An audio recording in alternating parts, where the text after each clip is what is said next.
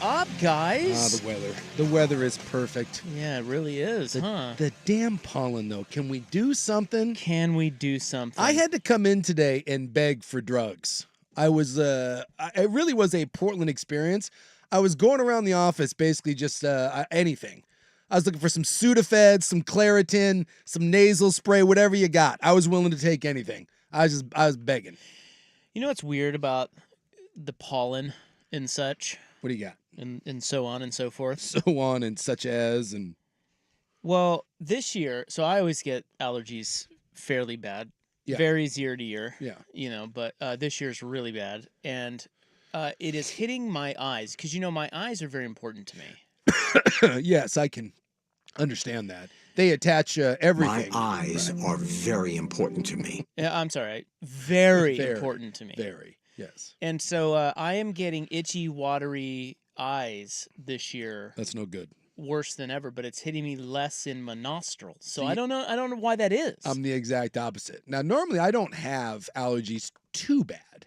Like I'll get them occasionally, but this is a new thing. I'd say for the last 3 to 4 weeks, at least 2 days a week, I feel like I'm gonna die. I just can't breathe.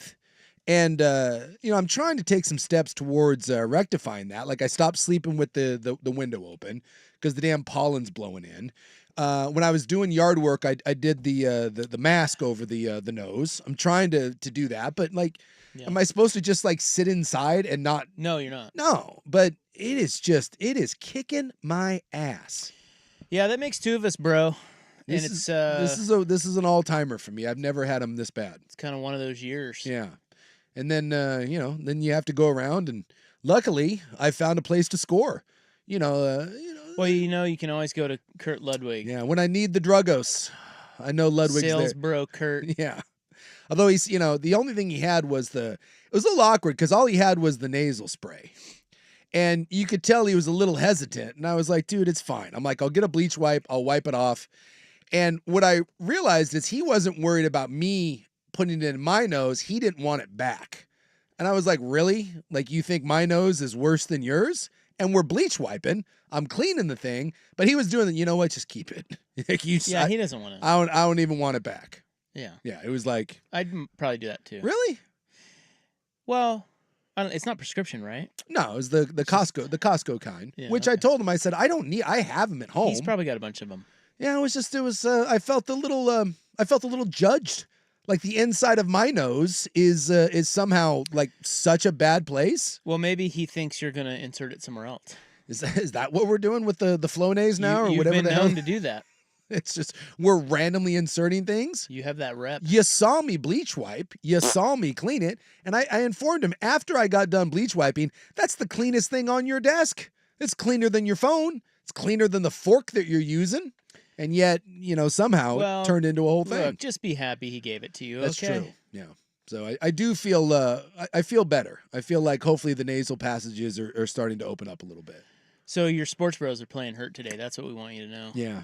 It's just tough out there. I'm just gonna go get the shot later on. I'm hurt. I'm gonna get the flu not the flu shot, but the floozy shot. No, is there a floozy? You gonna get the jab? There's a floozy shot. Does it attract like a Pied Piper sort of thing? No, you can get an allergy shot. And sometimes I do, sometimes I don't. But I'm gonna get that one. And then he said if I do that with the cortisone shot, he said it'll open it up, and so. Hopefully by the middle of the week here, I'll be feeling better. He said, give it a couple days and I notice we'll get you back. Your eyes are very important to you too. Yes. Very important. Very important, as they should be for everybody. My eyes are very important I'm still waiting for the person that's like, yeah, my eyes are kind of relevant, but, I could take them or leave them. It's like, I noticed are we sporting another shiner over there today? Yeah, unfortunately. I tried doing the hat down low to kind of cover it up, but Oh, no, I caught it. Yeah, it's there. Because my eyes they were hurting you so bad. Are so important to me. I saw it. Yeah, it's there. What's going on? Well, Who beat you up this time? I played golf this weekend. And, golf's a rough sport. Did you get hit in the face by a golf ball? Hey, man, sometimes out there on that third fairway, stuff gets wild. It's, what are you going to do, man? Stuff happens. You're doing it again. You're playing coy on us. Stuff happens. Stuff happens out there on the golf course. Did she beat you? Do we need an intervention? I'm not allowed to talk about it. Well, I mean, yeah. I've been told it's my fault. Because if you talk about it, you go home and get hit again. Oh, no. Oh, no. Look, I'm not here to say... You're a battered husband. What? Ow! I just, She's tough. it happened again. That's all I can say. There's a black eye there, and I guess this one though is better. This one's over the eye as opposed to the under the eye. So Yeah, it doesn't look like it's gonna turn black. I hope not. Kind of looks like stitches now. Yeah, it does it's a look like stitches. nice little line. Yeah. Although it's starting to swell, so the periph is starting to kind of starting to go a little bit on me there. Got me, Mick. Man, what a wild weekend Well, I should watch my mouth apparently, for you. and stop falling down those stairs and running into doors and. A lot of excuses you packed in there. Yeah, a lot of We were at the Rum Club earlier in the weekend, and I like the Rum Club. yeah, Rum Club's legit. A little outside. And I don't even like rum. Well, they have other drinks other than the Rum Club, or other than the rum. I thought everything they had there was made of rum. No. Made from rum. No. No? No. Right. No, in fact, I ordered something because it seemed kind of like a fun name, and it turned out it was like a tequila thing. I was like, God damn it. Hey, I heard something cool on the golf course over the weekend. Mm. There's the Arnold Palmer. Yes. That's iced tea and lemonade. Had one on Sunday. They're Can I say my go-to summer drink, non-alcoholic, of course, because that's a whole other category. But my go-to drink is the Arnold Palmer. Quite possibly my go-to alcoholic summer drink is the Arnold Palmer with either the vodka or the bourbon to make it the John Daly. That's a John Daly. Yeah. So I'm gonna one up you now. I'm hip with the kids. I was out with the kids this weekend, and they told me of a new one. Ooh. Have you had the Juan Daly? The Juan Daly. Juan Daly. Oh, I'm guessing that's a tequila-based Arnold Palmer. It's an Arnold Palmer with tequila. Huh. And they call it the Juan Daly. No. Yeah, But try that on next time. I'm not a big tequila guy. Dude, tequila's popping right now. I know. Everywhere I go now, everyone's like serving. Everyone wants tequila, and it's just not my. It also goes okay with the lemonade, I bet. I mean, like the iced tea, I have a harder time seeing with the tequila, but the lemonade for sure. I just feel like if I'm judging my boozes, tequila to me, dude, it's so far down. I don't even know if it's cracking my top 10, to be honest with you. Have you really see? This is what all the tequila people will tell you. I know. Or what they'll say to that is. Yeah. But have you had the good tequila? Yes, I've had good tequila. I've been to Mexico 30 times. I've had It gets better than Jose Cuervo? I think you can do slightly better than that. Yeah, I've had the high-end tequilas, and there are tequilas that are better than others. And there's some tequilas that I've had that are just sipping tequilas that have found to be rather tasty. It's just, if I'm picking my drink, tequila will never be my choice. I can drink it if that's the specialty, or you're at some place and someone serves you a tequila drink, fine. But I will never ever seek out tequila. It's just not my jam. Well, you will be missed. And it does drive me crazy when someone does that. When you just simply say, "Hey, it's not my favorite," and then they try to convince you. Yeah, but have you had this? Can you just accept that someone doesn't like what you like? It's not that hard. I will say I do like some of the nicer good tequilas now. Yeah. They're very smooth and tasty. Like I said, there's some decent sipping tequilas. But they also scare me. You can go a little sideways on you. Well, yeah. Well, I mean, if you're doing shots, you can do a shot of anything. I'm convinced that different booze gives you a different drunk. I don't know if that's the way that works. Yeah. I'm with you. I think that's a thing. It is a thing. It's mostly... I hear people say that. People say that, and there's really nothing scientifically that but people feel that way about... A lot of people feel that way about themselves. But it's the mixers. It's you probably, think it is? Well, you mix in some sugar in the mixers. It depends on what you're drinking. Well, the sugars will give you the headache and the hangovers. Well, that definitely makes a difference. I have no science to back this up. No, which is what we like to do on this program. Let's wildly speculate. Right. I'm sorry. Different booze gets me different kinds of drunk. Tequila's a different buzz for me. It is. For sure. You hear from that all the time. It's the whole tequila makes my clothes fall off, or rum makes me this, or whiskey makes me angry. And I don't know if I buy into that. It's a little bit like, Sagittarius and the moon is in the sky and the Libras, but Wait, what? Well, it's the whole, Those scientists better check their hypotenuses, dude. It's the whole astrology thing. It's like you meet someone and they're like, "Oh, we don't get along because you're a Pisces. You're a Pisces, or that's typical, Leo stuff." My thing is, like, if you think, and this is just my hypothesis, if you think drinking tequila makes you go sideways and you're like, oh my God, I can't be trusted on tequila. You're not taking over responsibility for you making you go sideways? Well, I just think you want to go sideways. Yeah, and in your mind, you're like, oh boy, I'm drinking tequila. It's going to get loose tonight. And secretly, you want to get loose, and the tequila allows yourself to go to places that you wouldn't normally go. But I feel like some beverages create a stronger desire to get loose than the others. Whereas, like, if you have, I think that's the way alcohol works. If you have one glass of red wine, are you like, I'm going to get turned? Maybe not. But if you have one wine daily, it could be a couple more, and we're off to the races. Again, it's an alcohol content thing, but if you're drinking one glass of wine and it's the same alcohol content as tequila, I think it just boils down to when you're having a sophisticated. So those two drinks don't make you feel any differently? No, well, again, it may make you feel differently in your head. It's like this. If I'm sitting around having a glass of wine at a spa, right? I'm at a spa and my feet are soaking. You're not really supposed to be drinking at a spa. Really? Oh, you mean like a what do you call it? Pedicure? Manicure? Yeah, you're at some, you're like at a spa. I think of like sipping they have the fancy water, like cucumber water or whatever. I love that water. And then maybe an orange. You've never been to a spa where they serve you the booze? Like you got a mimosa going? But I don't. Like I don't equate the two. I feel like the spa is the break from the boozy woozy. I was just saying, like, you're someplace very luxurious and you're having a beverage, right? One drink, right? That makes you feel a certain way. Take a shower sometimes and crack a PBR. It's the same thing. You're relaxing, and yet it's a different kind of relaxed, isn't it? You feel you're gonna feel different, Buckley, but it's the same booze. Buckley, I'm with you, man. Okay, it's I don't know. I can't explain it. It's probably not even right, but I am. I telling agree. You, it doesn't necessarily make scientific sense, but I definitely. Yes. I feel like I have a different feeling and vibe depending on the different boozes I drink, and not like wildly different. Like it's not like a multiple personality disorder, but it's just the truth. Like different feeling comes with it. Interesting. It's a truth, and some of it too has to do with how much you've eaten. Sure. And that kind See, of that has more of a That's impact. a big. That's yeah. You want to get twisted? Don't eat way anything. more of an impact on it than anything else. That and sometimes I don't know. Like for me, there's a certain number that like I can have a drink or two. It's fine. You have a handful. But there comes a point, and sometimes that number is 5, sometimes that number is 6, sometimes that number may be 7. But there comes a point when I reach, and this is like what you said, what you've eaten or how your day's going. But I reach a point where I know that once the line is crossed, then the governor is the restrictor plate is gone. The foot's on the gas. And then at that point, it's on. And that's like that line of demarcation. And to me, it's not what I'm drinking. It's just the feeling of when you say, F it, I know how this night's going to go. And that can be with anything. That can be with beer. That can be with wine. That can be with tequila. It's just, again, it's the mentality. Whatever gets you in your head where you're like, yep, we're doing this.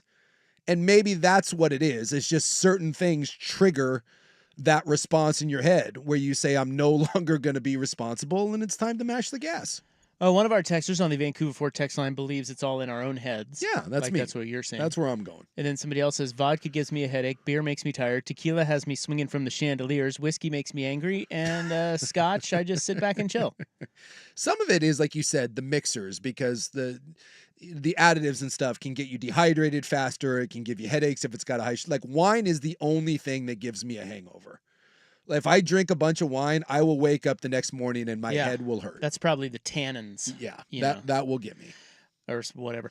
Somebody said, what about the different brands of booze? I swear I can drink any brand of bourbon and be fine, but if I start drinking Jack Daniels, I will start a fight and be belligerent. See, it's in your head. Dude, that's hilarious. I do feel like, do you think there's something to the quality of alcohol leading to less of a hangover, though? I mean, not necessarily with wine, but like there may be hard some, alcohol? Again, there may be some of the mixers and stuff that's in there, but again, I just think you start drinking Jack Daniels and you think you get all Johnny cashed up.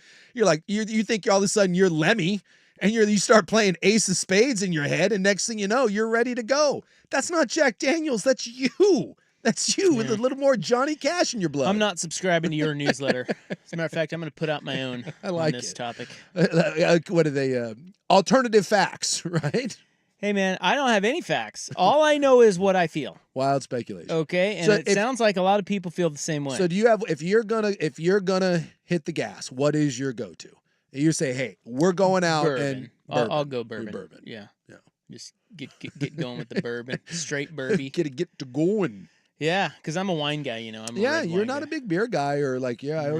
you're sophisticated. Well, I'm really not, A but snifter of brandy. I do like wine. I think it's Yeah. I think it's interesting. Understand. It's an interesting juice. Well, you get less judged, and this is what I was saying. Like wine drunk, you get less judged than certainly hard alcohol drunk. Beer drunk is probably when you get judged the most.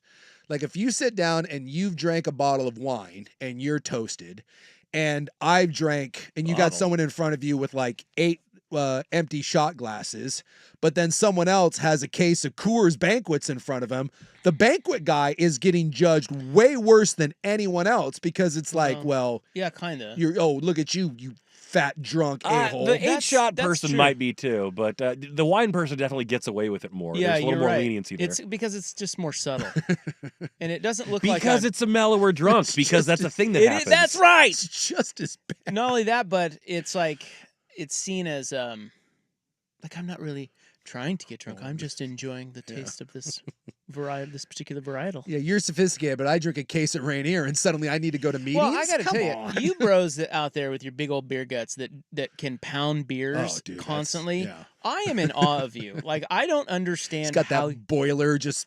Dude, I have a beer gut and I can't drink beer like that. Dude, I don't understand how they do it, and we all know these guys. Well. And they'll drink IPA. They'll drink these Yeah. big old IPAs, and they'll just drink them over and over and over and over and over and over. Should I keep going? Over It's and like a over. camel. It gets stored in there, man. How do you It's how do you awesome. not feel like you're gonna barf? I because- used to be able to do that like 5 or 6 years ago, and a switch flipped, and like the next morning, if I've had 2, I feel like a wreck the whole day. That's where that big fat gut comes in. You know why? It's rock hard. You meet that guy with the beer gut, and it's like it's stone. It's just old IPA that's hardened in there. It's like old pancake batter that's just solidified in there, and it's like a rock. And it doesn't go into your bloodstream. It just goes in there and sits. Wow.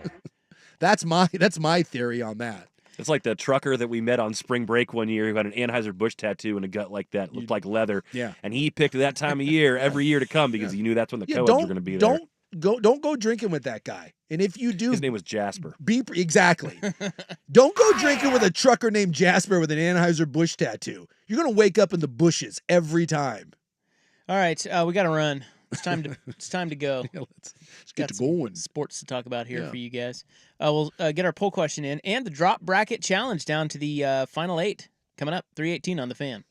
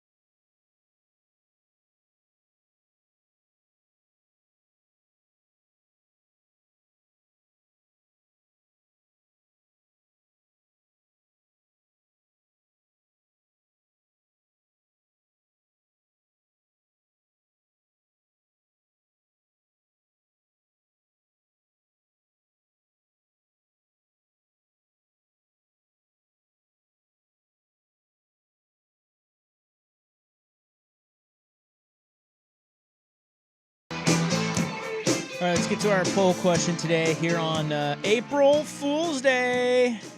You been doing bits today? No, but Adam Schefter is the douche. What'd he do? Oh, we had, I think, Justin Jefferson being traded. To who? Pittsburgh. Ooh. For a 1 and a 3, and then immediately he was like, Just kidding. So it was actually Schefter, not a fake Schefter? No, I think it was actually Adam Oh, Schefter. man, that's even worse. And then, at least I think it was Schefter. Looked like his account. And, like, there was an immediate, like, gotcha. And there was someone else that was doing another bit. But it's just... Somebody got in trouble for saying Caitlin Clark was out tonight. Really? She had an elbow injury. Well, They showed a picture of her holding her elbow, and then they were like, I gotcha, April Fools. if you think April Fools are funny, you are a giant doucher. Just understand that. Just throwing that out Well, you there. remember Buck used to think they were funny. He told his dad that his dog died. Yeah, hilarious. Yep, Although I he was in like, third grade. I thought the point of the holiday was to come up with the Great most bit. believable lie. What a great bit. Hey, Dad, Mom was in a horrible accident. Yeah. You're a widow now. I threw my brother Just off the kidding. roof, too. Psych. Sorry. God, I hate that crap. Well, Pranksters. My son does scare me a lot. It's not a prank, but he it likes just... to sneak up on you. And sometimes he doesn't even sneak up. He's just waiting around a corner for me, and I turn it, and he's just there creepily staring at me, and it's My very son is an idiot. jarring. It's just... And he does... One of these days, I'm going to have a heart attack, and I hope he's happy about That's right. himself. He's going to feel terrible It just pisses me until he off. gets your money. It pisses me off. I wish sometimes I could just drill him. You can't.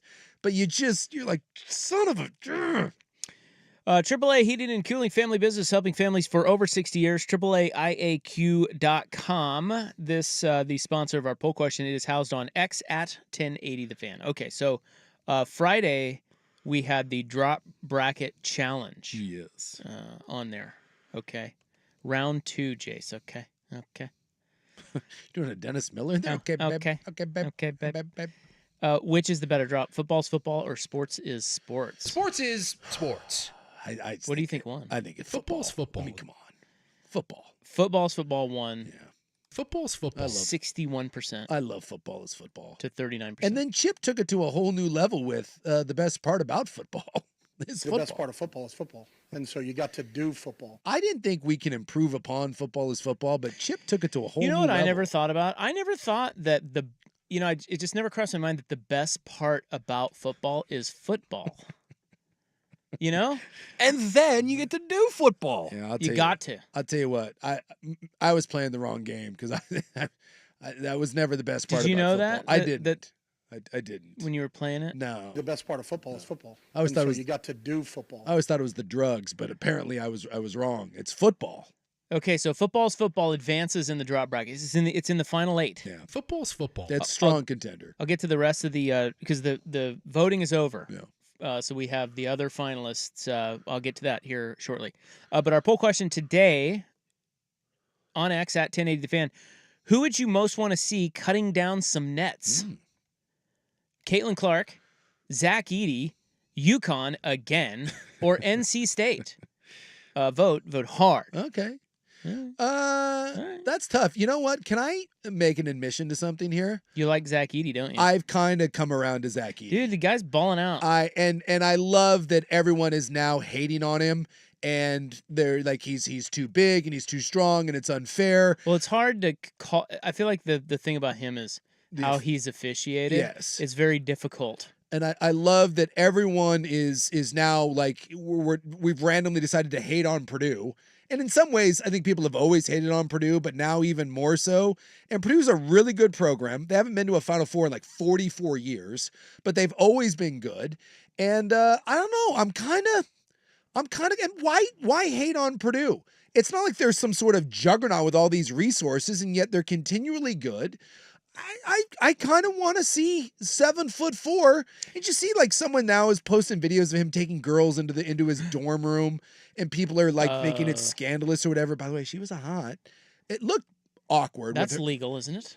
Yes. Yeah, you know what's scandalous is the jerk at the end of the hallway Yeah. filming him going back to his room with a girl after he went to the Final Four. Douche. Jump in a lake. Oh, this was recently? Yeah, it was just I think it was like last night. last night. Oh. So yeah, I'm kind of all Jump in a lake. I'm all aboard, and I kind of forgot this, and I'm not going to say that this has anything to do with my new black eye, but I'm gonna go to that lake. the BTJ's brother is a Purdue graduate, a proud Boilermaker. You're okay. And maybe I was rooting against Purdue, and You're Boilermaker adjacent now. I'm Boilermaker adjacent. You're And I've been Boilermaker told adjacent. that it would be wise of me. I like what you did there. I've been told it would behoove me if I started rooting for Purdue. So, go Boilermakers! Cut this son of a gun down. I'm kind of with you. I mean, we can't get behind Alabama, can we? No. I mean, it's Alabama. No. And Nate Oates. And NC State's fun. Yeah, but there's this part of rooting for NC State that we know they'll get slaughtered by UConn. Exactly. So that's why we then and we don't want UConn to But win. people said that about the last NC State team. So Yeah, that's you know, true. like That's I'm on UConn. the. If anyone can be the best Cinderella ever, it should be the team that replaces their own team doing it. If I thought North Carolina State had a chance in hell And I against don't like you UConn, guys. I would say North Carolina State, but then I might get another black eye. So it's still Purdue, but I see where the North Carolina State thing's coming from. By the way, how'd that take in Illinois in the 9-point workout? My God. Yeah. A 30-0 run? After it being was, tied at 23. I was a little wrong about that. Also, the Blazers. How do you go on a 30-0 run though? Like, how do you? Well, I know how you do it. How do do you it? How do allow you allow it? How does that happen? Well, ask the Blazers hell? because we thought we were sitting pretty with the Blazers catching 32, and they lost by 60 for God's sakes. They were catching 32. Yeah, remember? Oh, that was that. When you guys Miami- checked the live line, You checked the live 'Cause line. they were down 40 something. Yeah. Yeah, we were like, it was halftime. We're like, I don't know, 36. That's an awful lot. They lost by Lost 60. by 60. And Rob, you remember now, we may want to stay away from this because you did this with me when the Warriors and Celtics were playing, and it was like a 45-point game, and you're like, the live line's 38. How could that not hit? And then they Yeah. lost by 50.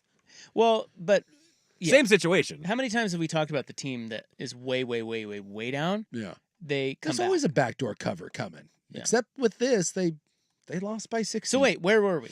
Purdue. We are Boilermakers. Purdue. We are Boiler proud here Yes. on the show. Yes. I support Let's Zach do it. Edey. I think he's very strange looking, but he is damn good. Yeah, because you don't really know what he's got going on there, and he's kind of got the unibrow thing, and it's just he's Yeah, what is? well, he's Chinese. He's half Chinese. Oh, really? Remember, I thought he was Mongolian, but he's Mongolian adjacent. See, I always thought he was Canadian. No, well, he might be, but his ethnic background is Chinese. He's white and Chinese. Yeah, his mom. Let's see. Julia and Glenn. His 6'3" mother That's why he's 7'3" or 7'4", whatever he is. was born to Chinese immigrants in Toronto, where she grew up and played basketball. So you're right. He is and Canadian. then dad's white. Yeah. Yeah. Okay. Dad's got to be big too. Then He played hockey too. Remember that? Did you hear that story? Boy, can you imagine him on skates? He'd be like 11 feet tall on ice skates. Yeah. Just put him at goal. You couldn't get anything by him. He is enormous. Now, he's not going to play in the NBA for a damn because he can't move. But against these mooks that he's playing against, you just throw him the ball, and it's like, it's like when you played against your dad or your older brother. He just shoves you out of the way. But he moves like he's got cement feet. But in college, it works. You imagine him having to defend someone in the NBA though.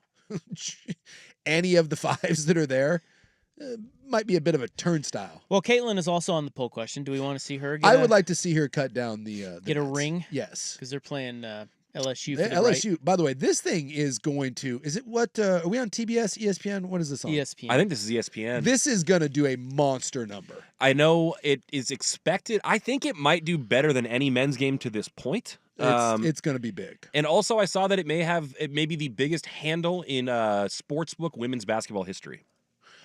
Interesting. I'd also WNBA or Well, college. What's the spread?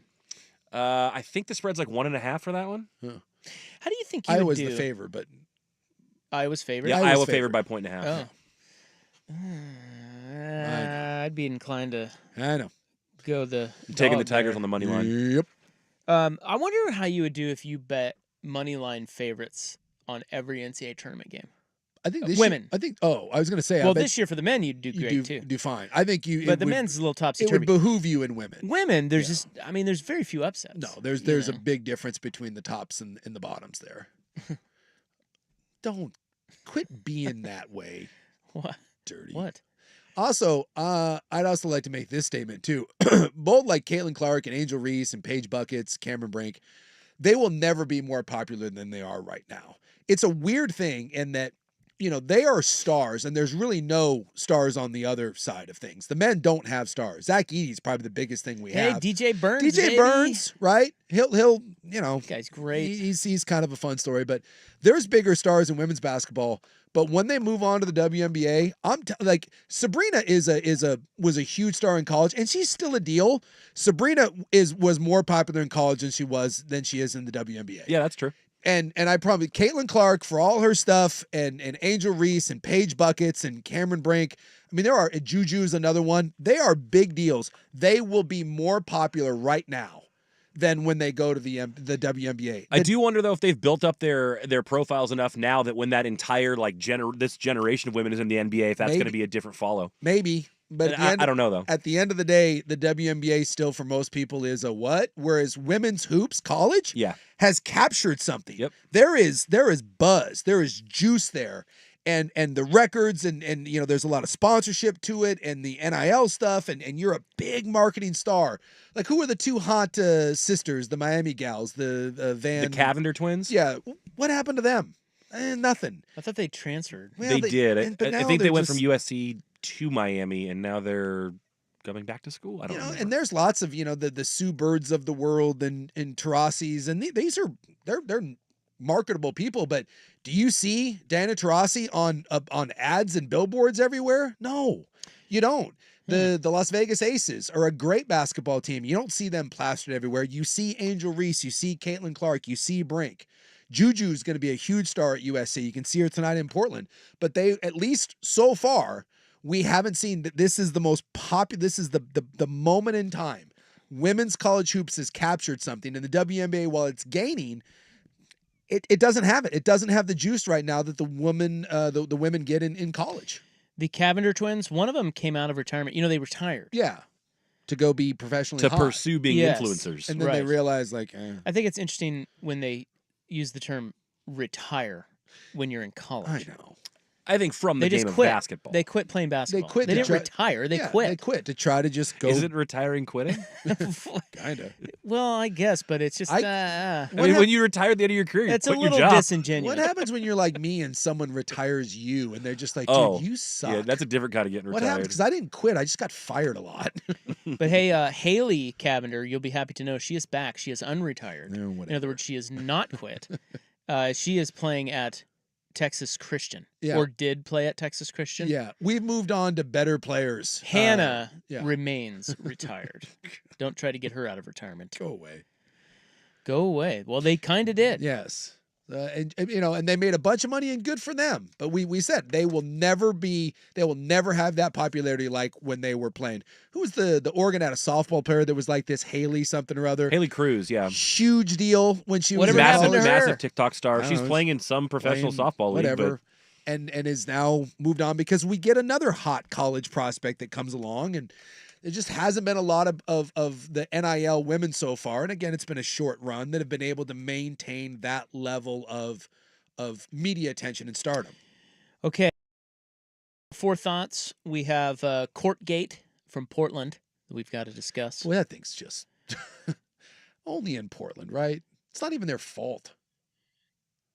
Yeah, I don't think only in Portland. Well, see, I've been pondering which narrative gets pushed more, the only in Portland or this would only happen in women's sports. Yeah, that's what the Texas coach said. The Texas coach said only in not women's only basketball. Texas coach. Rachel Nichols went on CNN and said it. A bunch of people said that. It happened to the Mavericks, though. Why did they? Well, okay. Yeah, we'll anyway, talk about it. That is a topic too. And the drop bracket is down to 8 finalists. We'll get to those as well. It is 3:37. Here's Buck. Now, from the Fan Sports Desk, a Sports Center update on 10.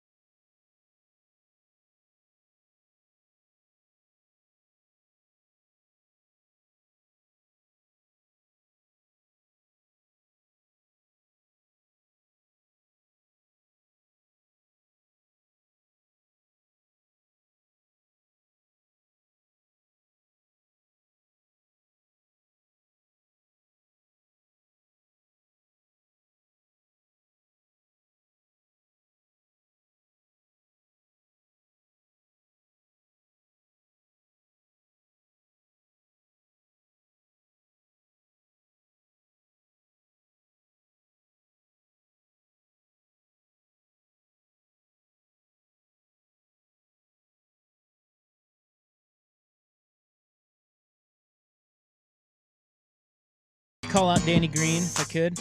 Yeah, go for it. I He had this said, exact same thought, I did think. you think the same thing I did? Are we thinking the same thing? You tell me. Well, so did you hear that? Yeah, I've That heard that. ad. I've heard that many a time. Yeah. Well, that was the first time I've heard it. Yeah, his podcast. Yeah, he's got a podcast. Everyone's got a. Brett Boone has a podcast too. Everyone has a podcast. Yes. You wonder if that's someday going to change, or if we're just going to keep floating millions of podcasts. It has to be whittled down. There's at some nothing point. better than when you meet someone and they're like, "Hey, what do you do?" And I'm just begrudgingly like, "I'm in radio," and it's followed up with, "Oh, I got a podcast." I'm a podcaster. Yeah, That's sure you code do. for maybe unemployed. Well, that's what they think about us, and I'm like, "You're not wrong." Well, but if we did a podcast, we're radio professionals doing a podcast. Yes, but it's still just it's look, a Couple voice. guys with a microphone. Yeah, yeah, a pretty voice much. amongst millions. There you go. He said you either rooted for me or against Or me. against me. I have never once thought about you, Danny. Green. Yeah, I was going to say, I have been wholly indifferent Yeah. towards Danny Green his entire thoroughly career. presumptuous, Danny. I can't think of another player that was a significant factor in titles that I've thought less about than As a Danny matter of fact, Green. I'm going to go out on a limb. It's actually not much of a limb. I have never rooted for or against Danny Green. He's just kind of been there. Yeah, and I've watched him hundreds of times. I mean, don't get me wrong. He's contributed to his teams, but no one thinks about Danny No. Green and goes, that Danny Green, or yes, Danny Green. Three-time NBA champion Danny Green. Oh, he was a ring chaser, wasn't he? No, I mean he won those. He had a couple with the Spurs, in the right? Spurs, and then didn't he have one with? Was the other one with the Lakers? Did he get one with LA? Could have been. He could have also. I think he was with the I don't know, Raptors man. too. Well, Zach Edey did this bit. You know, we always talk about this, how the athletes, no matter who they are, they come out and talk about the chip on their shoulder and no one believed in them and Yes. all the doubters. Zach Edey's doing that now. Oh yeah, he's calling out people by name. Yeah. He went with the opposing head coach. That And I think everyone that's- overlooked him. It's funny because, You're 7 dude, he's like 8 feet tall. I know. Wasn't he like a high school All-American too? Like, who doubts you? Well, I don't know. Apparently someone does. Well, LeBron's not even supposed to be here, Rob. Yep. He's just a Just kid. from Akron. He's just a kid Just from a Ak- kid he's from just a Akron. kid from Akron. With no talent. None. Just made it all the way to the. just grinding. Yeah. I'm looking here. Like I think that I don't think that he was a nobody. Who? Edey? Edey. Well, no, because he's 8 feet tall. That's what I'm saying. Yes, I just I'm if I remember correctly, I think coming out of high school he was a big deal, but he's doing the like you got a No one scholarship. believed in me. You got a scholarship You're to at Purdue. Purdue. Purdue's a good like if I get it if you're playing at like Morehead State and then you have to transfer somewhere, then yeah. But come on, Come on. he did grow up playing ice hockey and baseball. So Didn't we just talk about that? yeah, but that is official. I was looking at his Wikipedia. Oh, page. you didn't believe me? You had to look. You had to make sure my Yeah. facts were official. Oh, and by the way, dude, get bent. You What a went to jerk. IMG for God's sakes. Exactly. It's like He moved to Florida for basketball. Moved to Florida for basketball. Like From there- Toronto. No one's ever gone to IMG and been like, yeah, just a little kid at a small time school, just grinding. Stop it. Hey, by the way, big line at the Sports Bra to watch the Iowa LSU game tonight. Oh, I guarantee that's a huge deal. How about that? Well, and you can go and well, you can't watch that one, but we got UConn and SC tonight at Moda, Yeah, we do. and you can see the uneven court. All right, now we have to break again. Ah, Now we're falling behind. damn it. We've got our drop bracket final 8. Yeah, by the way, I looked it up. He was a consensus 3-star. Some people had him as a 4-star, and he had offers from Purdue, Baylor, Santa Clara, and among others. So was he really overlooked? Well, Baylor won a national title, for God's sakes. yeah, he was not overlooked or doubted. But I guess all it takes is just one person to be like, one. you know what? I don't think he's that good, and then it's just the haters. No the one. doubters, the haters. No one believed I'm going in to prove me. everyone, all of you wrong. There was one, and he didn't know what he was talking about. Haterade and eat their hater tots. That's right. All right, so screw you, Danny Green. We don't care about you. How about that? But we love your podcast, evidently. I'd rather listen to that than Brett Boone's. You know the other thing that drives me crazy about these podcasts? Some of them, some are better than others, but they never tell you what they're talking about. Like it's just random. Oh, the art of the tease. Yeah. Yeah, it's just Except like, it's not that great of a tease usually. Yeah, it's like I don't know. If I'm listening to a podcast, the subject matter matters. Not that Danny Green is talking about something. Well, I'm assuming I don't care Danny Green talking about something. No, if Danny Green is saying I'm going to talk about how you shoot a like who taught me to shoot my 3-pointer so well. I don't know, something.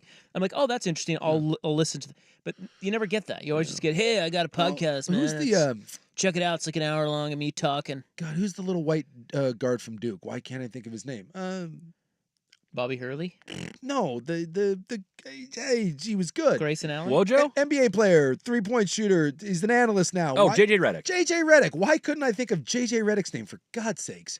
He's doing a podcast with LeBron, and they are going to do like X's and O stuff. It's like, the only like highbrow X's and O's basketball talk. Because like when there's a lot of football guys, whether it's Football Outsiders. I mean, there's a million people out there doing it where you really get deep into the weeds of. Like if you want to learn about Spider 2 White Banana, or if you want to learn about passing Brian tree Baldinger concepts. has one of those on Odyssey. Yeah, that's exactly what he does a great one on Odyssey. Yeah. RPOs, whatever. It's like you can really get into the schematics of football. And Redick was talking about how in the NBA, and by the way, I think he's spot on with this. The NBA story is always the most made up horse crap in the world. It's like, who's really the GOAT and who could get traded? The NBA is it's the days of our lives. It's a stupid soap opera. It's clickbait in TV form or something. Yeah, and Reddit was like, no one cares about like X's and O's and actually learning anything about the game of basketball. He's right about that. He's right. And so we don't think there are a lot of X's and O's. Well, we're about to find out because LeBron and him, our guests, are going to, and by the way, if you're going to attempt to do this, there is not a better human on the planet than LeBron James to do this with. And I'll see if this thing has any legs, but they are going to attempt to do a film session type podcast with the two of them. And there are teasers out there. You can hear little snippets of what it's going to sound like where they go over a specific screening action or something like that. It's intriguing. I listened to one and was like, what the hell are they talking about? That to me is like, if the athlete doing a podcast, now that's what you do. You bring something specific to the table and say, here's what I'm going to do. Oh, by the way, I'm the best basketball player of all time, arguably. Yeah. So you might want to listen to what I have to say about this. Yeah. As opposed to just LeBron riffing on things. LeBron being like, hey, when I won that title, I knew I was the LeBron talking about Taco Tuesday again. No thanks. The barber shop.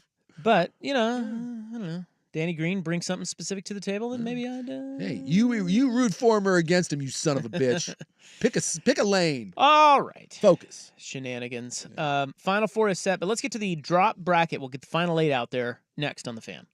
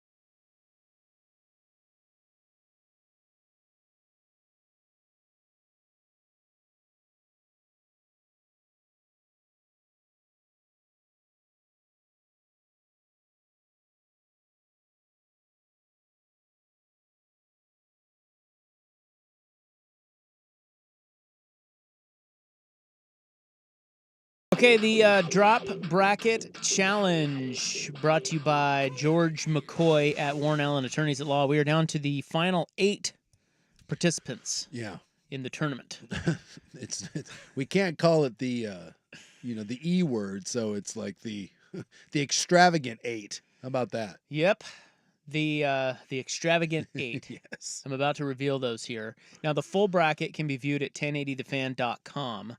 There were 32 in the beginning. We're down to 8. As I mentioned at the start of the program, football's football beat sports is sports. Yeah. Football's football. 61% to 39%. So football's football moves on. As well it should. In the Souk bracket. Couldn't agree more. The next matchup was... I would like to know things. A very... How would you describe how you said that? Like a very... It's an inquisitive... Pensive? Yeah, I pensive, like that. Pensive. Yeah, there we go. A very pensive big Souk. Yeah. I would like to know things. That's true. I want to know things. I do. That was pitted up against your signature. Ahoy! Yeah. Now, this is an upset. Oh, the Ahoy was defeated, huh? Defeated 66% to 34%. How about that? I would like to know things. I would like to know things. Well, people would like to know things. Moves on, and that would be great on a T-shirt. Yeah. Because the final 2 get their T-shirts. And there needs to be some like dots, the ellipses in between those. Yes. You know. Okay. The other 2 in the Souk bracket, you have Golf. and that is Souk trying to say the game of golf, and Jared Goff It's fantastic. Golf. It's an all-timer. versus The era has become. Again, no easy matchups when you get down to these. No. I could have sworn that Goff Yeah. would be maybe a finalist to win this whole thing. It got upset, huh? Defeated. I'll be damned. Defeated. Boy, bro. I didn't see that coming. The era has become. 68% to 32%. Damn it. How about that? The era has become. And finally, we have It's thick, it's meaty. up against My son is an idiot. My son's an idiot. Had to have won, right? 71%. Yeah. My son is an idiot. Is an idiot. I'm telling you. They're the Yukon, I think. That thing is rolling right now because I've heard from multiple people that say, I desperately need a shirt that says my son is an idiot. My son is an idiot. Okay. Yeah, people are demanding that. The ROP Regional, of course, has Chip Kelly, You guys shut up. one of our favorites, against me. Hey, what it do? Chip Kelly dominates. You guys shut up. Actually, it wasn't that dominant, but it was 58% to 42%. Chip moves on. And I think that's good from a standpoint of Joe Fisher pointed this out earlier that the what it do was never really a drop. It's your sign on and it's a signature. It's true. We have had the Souk Ahoy drop because it's a special Ahoy, but what it do needed to get moved out eventually because it didn't really belong with the best of It the is best. true. It is not a drop. That's right. It's a catchphrase. It's a good point. Yeah. Valid. How did that get in there via the committee? Well, I mean, You know, we like, didn't. who was on this? we team? didn't People have issues with the committee every year. We know this. Yeah. Hey, what it do? Okay. Ooh. Close game. Okay, we've got Nail this biter, one. buzzer beater, huh? Then the bonus rewards program kicks Love the in. bonus rewards. The program. bonus rewards program is supposed to be bonus. Big fan of the boners. Versus. Should I go right? Should I go left? Damn it. How do I get in that little girl's Look, toilet? I don't know who won. I haven't seen these, but I've said it all along. There is one that deserves to move forward and be on a T-shirt. It's the little girl's toilet. Should I go right? Should I go left? Damn it. How do I get in that little girl's toilet? Something that we all ask. Although drop. you talk about how great it would be to have my son is an idiot on a shirt, you put where is that little? How do I get into that little girl's toilet on a shirt? It's beautiful. And you're wearing that around to people Yeah, who don't know the joke. It's It might even not be better. that funny. Even better. That's going to be a tough one. Especially in light of the Nickelodeon thing happening, which I watched over the weekend. Oh boy. Little girl's toilet wins 52%. Damn right. Woo! To 48%. I'm glad that moved on. Me too. Look, I know that makes people uncomfortable, which is all the more reason why it should keep winning. Okay, the Dave Bar 2. Rupp is an idiot. Rop is an idiot versus Lane Kiffin. What an exciting time. Rop is an idiot wins that one. Rupp is an idiot. It is fitting that Dave Bartu has given us so many good drops. It does have a representative in the extravagant 8. Yes, so that's 65% to 35%. And then the last matchup for the extravagant 8. Come on, Rob! That's a beauty. Versus Rocking you on a Friday. Why did I say that? I don't even know where to go with that. That's It's a tough game. I don't like that I'm having to pick one of those because I love them both. And the winner, 65% to 35%. Rocking you on a Friday. Why did I say that? The instant regret makes the whole thing. That's. I think they got it right there. Yeah, they did. On that one. They did. Just And the moment there- it came out of your mouth. Why did What? Oh my God. rock? And there is your extravagant 8. Let's go through them again. You ready?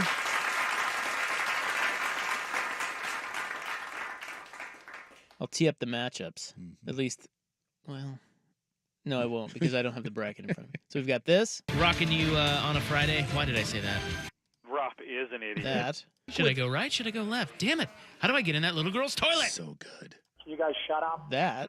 My son is an idiot. The era has become. I would like to know things. And Football's football.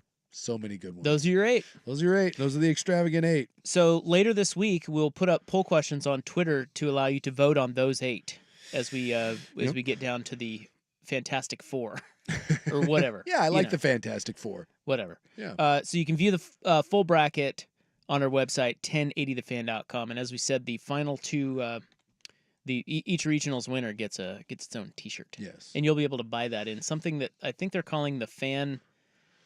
What'd they call it? The merch store or something like that? Merch store. I don't know. Look, we're gonna have. We're developing a merch store. We're gonna have some T-shirts for sale. That's all I know. And by God is my witness, you will be able to purchase at some point a Milwaukee Butterhawk shirt because I don't care what anyone says. He's gonna go get him one of those Milwaukee Butterhogs. That's the best thing that's been said on this program in 15 years. That derailed me more so than I think anything ever has. And to this day, it has a place in my heart. All right. Yeah, that should be like you want to talk about a mistake by the committee. Yes. That versus You know what I it smell? did. I smell a Milwaukee Butterhogs art contest for the T-shirt. Yes. Maybe we could do an NIT bracket. I like, and the Butterhog should be on there. Yes, I do need a graphic designer to put together a Milwaukee Butterhogs logo that we can use, because that thing is just that. I'll purchase one of those. If they won't, I'll make that shirt myself. I'll sell them out of the back of my car. Okay, we must move on. The Final Four is set, and we had a little bit of a problem with the court here in Portland. Yeah, I'd say so. We About host 9 inches worth. And then tonight, I guess it's fixed. Is it? You'd hope so. I think it's fixed. They said it was going to be. Okay. But well, let's hope. There's no way they're still playing on a botched court today. But did they fix it or did they just tape it? Well, I think they had to have redone it. Yeah. We'll get into it. We will get into it. It's 4:02 on the Fan.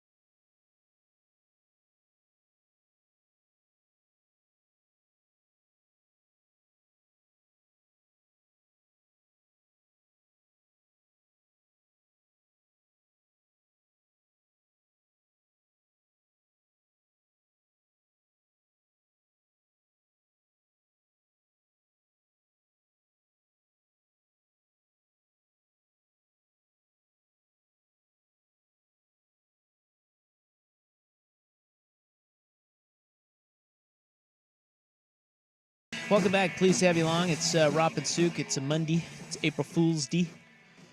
We will get back to the Final Four. Kind of a cool Final Four, I guess. Yeah, I mean, yeah, why not? Some good stories. Absolutely. You got one juggernaut, and then, redemption story, and, a Cinderella of sorts. But real quick, let's address the elephant in the room, Jace. It was a rough weekend in Portland. Yeah. Great weather. But we had a court hosting the women's regional. Yeah, and that had two different lengths of 3-point lines. And not by a little bit either. Yeah, by almost a foot. Yeah, 9 inches. 9 inches. Yeah, that's you can't. How does that happen? You can't have that. And the sad part is, this city has been a punching bag for a while, and they did a really nice job, and they're working hard to try to make this better. And it's the tournament has been good here. There's been good support. We've had some good games. They've done a nice job of cleaning up the area around there, just like they did for St. Patrick's Day. I think a lot of time and effort went into that. And yet what's going to be remembered from this is the court. And we had nothing to do with it as a city. We had nothing to do with it as an organization with the Blazers. There's nothing. This was the NCAA in a third court, by the way, that was from Michigan. And they ended up with one side that was 9 inches different than the other. For the love of God. It makes you wonder how often that has occurred. Well, I know the Mavericks, I guess, had their the city court. They did all the special courts. The Mavericks was off by like 1.5 inches. And they just didn't use it. They're like, all right, well, we're not doing it. Now, I had read somewhere that with this one, it may be related to them actually changing the women's 3-point line distance in recent years. So they had the old distance on one of the halves and the current distance on the other. But when it's still a horrible oversight, but that's what I heard is the explanation for it. Your whole job is to build a court. Like, that's all it's this, apparently Connor Stevens, not only does he have some sort of scandal when it comes to spying on people, he runs a business out of Michigan. It's called Connor Courts or whatever out of Michigan. Connor Sports. And they build courts as third party, but that's all you do is build courts. And you'd think building one for a regional final for the NCAA tournament is kind of a big deal. And you were off like I don't know how that happens. And also, by the way, multiple games were played on that and no one noticed. Yeah, they didn't notice till the what I guess they said the 6th of 6 games because it was the 4 Sweet 16 games and then the 2 Elite 8 games, and they only realized before the last Elite 8 game. Some attorney, by the way, was up in the 300 level and he was like, wait a minute, that looks weird. So he took a photo, then walked to the other side, took another one, and was like, that's not the angle. This is messed up. And he informed everyone, and the best part is originally the dudes are out there walking it like heel to toe, and then someone broke out a tape measure, and sure enough, 9 inches. And by the way, how about both coaches being like, out of hell with it, we'll play anyways? It's crazy. Well, you both have to play on it. Yeah, but, when I would assume the side that has it in the fourth quarter that has the short side, even though I guess the side with the normal length. Yeah, actually, if you need a 3 late in the fourth, you clearly have a side you want to be on. They shot worse on the shorter side. They were 29% from 3 on the side that was 9 inches shorter. Yeah. So it was in their heads. And 33% on the other side. Well, maybe there's an element of like you're just hitting back iron because you're used to. I mean, 9 inches in terms of shooting a basketball is kind of a big deal. 9 inches is always a big deal. Just saying. So the NCAA uses Connor Sports to supply and install their courts. They said the marking used to draw the line at the top of the arc in the center of the court was marked too short. It did not identify the contractor that made the mistake. For all NCAA, this is a quote from Lynn Holzman, NCAA VP for women's basketball. She said, for all NCAA courts, a small hole is punched in the floor at each end of the court that indicates center of basket. During the finishing process, a calibrated vinyl tape device is then placed in the hole, which lays the 2-inch game line to be painted. After reviewing the Portland court, it was found that the center hole was punched about 9 inches short of where it needed to be at the apex of the three-point arc. Connor Sports and the NCAA found the inaccurate line was the result of human error by the finisher contracted by Connor Sports. Yeah. So it's like a Boeing thing. Yeah. We're just passing the last person at the company to work on it is holding the bag here. Well, but Boeing has subcontracts. Yeah. So it's if the subcontractor screws up, everybody's like, Boeing, you suck. Yeah. Well, it wasn't us. It was the subcontractor. It wasn't Connor. It was the finishing contractor. Yep. But Connor's going to get blamed for it. Well, The review also found the sides of the 3-point line were accurately painted, as were all other court markings. Yeah, it was just a matter of that one. But it's still, it blows my mind that it took 6 games for someone to see that. Because when you actually look at it now, when you see the photo of it, it's alarming. Like, it is significant. But I think this is one of those where we all, I have played, I don't know how many football games in my life. I have no idea. You could have shorted me yards and I would have never had any idea. You're telling me that if you walked out on the football field wasn't 100 yards, and it was off or it wasn't as wide as it should be because it's 53 and a half yards. If that had been 51 yards, I would have had no idea whatsoever. I feel like the distance is a little bit more important to find out. I feel like in baseball, if you went out and the mound was a couple inches or a couple feet off, you'd be like, wait a second here. This feels way different. I think it depends on the sport, how much the margin matters, right? I would like to know that if we did a thing in Major League Baseball and we moved the bases a foot closer. Or what if you made hockey goals, 4 inches tighter on each side or something like that? I wonder how much. In hockey, they used to do this with pads and sticks, and I guess they still do. You can call out the other goalie, and you can go out, and if you're wrong, it's get a measurement. It's a penalty, but you can go out and you can measure his stick and pads because there's plenty of times they're like, you're trying to squeeze an inch in on me here, and they do that. It's kind of nuts that this went unnoticed. I don't know if it had any impact on any of the games, but it just sucks that this is going to be another in a long line of Portland can't get its S together when this had nothing to do with us. Yeah. I don't know. Is Portland taking a lot of heat for it? I mean, most people understand that this was not Portland's fault. This could have happened anywhere. I'm just saying, from a national standpoint, I've seen a lot of. It's hard to sidestep the blame there. There's a lot of punchlines. The homeless guy. Was he painting the court? And it's just it's just the standard. It's just really dumb low hanging fruit.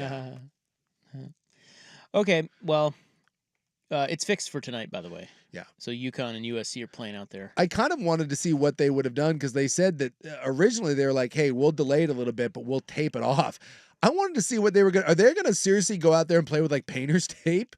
Like, because they said that they were going to tape it, and then both guys were like, nah, or both sides were like, nah, we'll just play. And by the way, kudos for them for not being all butthurt and freaking out and being like, we refuse to play because they had that option. They didn't have to play. And I love that they were like, no, we both have to play on it. We each get to shoot at that side one time. You think Mulkey or Staley would have called it? Boy, I don't know. Kim Mulkey.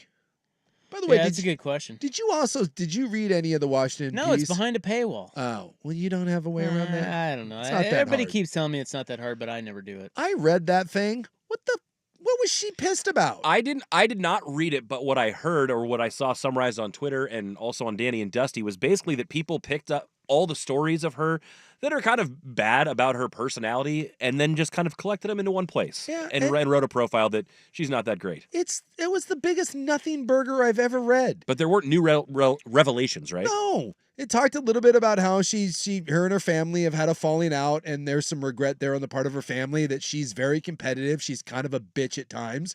She coaches really hard, can be really abrasive. There's some players that aren't a fan of hers, that there's some players that feel that she isn't supportive of gay athletes. These are all things that have been out there, but it also talks about how she's an amazing competitor, about how she won championships as a player, that she's one of the best coaches of all time.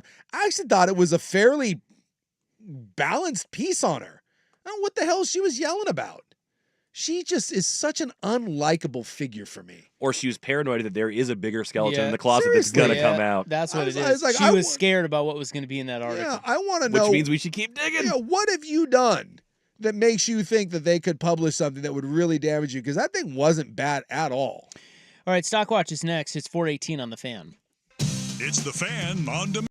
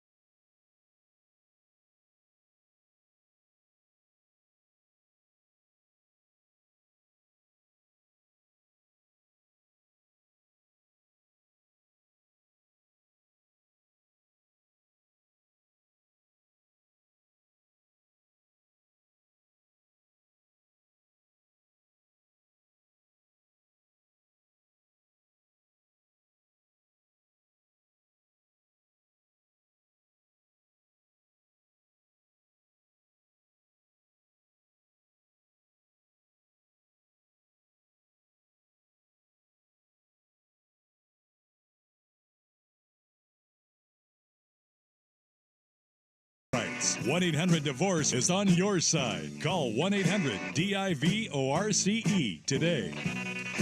All right, we're watching Iowa LSU.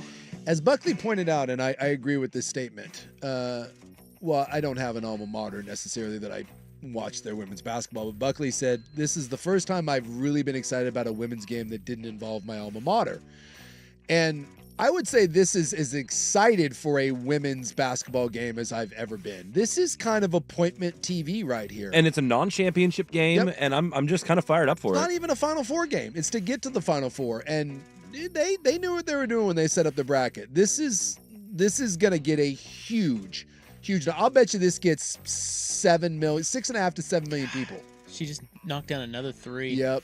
Iowa's up 12-4. Yeah, you're right. This is a good one. This is a must-see. This is a big deal. Ball game here. And you got a lot of the components, the Lakers Celtic, and whether anyone wants to admit it or not, there are 100% racial undertones to this.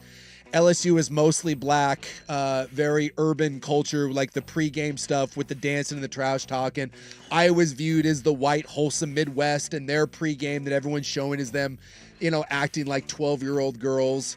There is, this is a real divider for people. So this is, and Iowa is just shooting the lights out right now. Look at old Mulkey. Plus, she's doesn't know what to such do. an unlikable. She's going to send in a goon for a hard foul pretty quick here. Gosh, she's going to come out. She's going to go in at the half and come out with a more offensive haircut, even more aggressive in a pantsuit. Yeah, I have to admit that I watched ESPN. We were just talking about this on Friday. We were talking about is there any behind-the-scenes college basketball content? Yeah. Because we were talking about those shows like Hard Knocks and all that. And I stumbled upon one on ESPN before the games Saturday. There was a behind-the-scenes of SEC tournament. Oh. Women's. Yeah. It was really good. Was Kim Mulkey as big of a bitch and behind Less. the God, scenes? Mulkey's halfway out on the court calling for a timeout while the opponent steals the ball in the backcourt. This is great. Yeah, she was less of a bitch. Really? Yeah, than you. And then Dawn, is it Dawn Staley? Staley, who also I dislike. Yeah, it's kind of interesting to just, see what they say to the kids at halftime. And Would you secretly like Kim Mulkey if you just sat down and had a beverage with her? Would I walk away I want being to say no. Ran but into her in an airport bar. damn it, she's great. She might be wonderful. Who knows? Let's give her a chance, okay? It is time for Stockwatch. Here's Buck. It is. We have an all NCAA version of Stockwatch this week, and we will start out with Cinderella. Get it in. And it's over. This is what dreams are made of. An unlikely run to the Final Four for NC State. Echoes of 1983. And the Cardiac Pack. So that is NC State advancing past 4-seed Duke to get to the Final Four. They are, of course, an 11 seed. If they were to finish this thing off, buy or sell, they would be the greatest Cinderella in history. Oh. Yes. Yeah, I think, by seed, for sure. By seed, for sure. And look, they were... Well, what was Villanova? I think they were an 8. I think. Oh, really? Yeah, I think this would be by seed. Not only that, but their coach was going to get fired. They were one heave against Virginia away in the ACC tournament from not even being in this. Remember, they hit that last second 3 to send it to overtime, and they beat Virginia. Otherwise, they're not even in the tournament, and their coach is fired, and now here they are in the Final Four. And by the way, they slayed Filipowski for everybody. I mean, come on. God, that was great. By the way, you mentioned that Virginia game. One of the crazy things I read about that game, they needed that heave three-pointer just to force overtime. Yeah.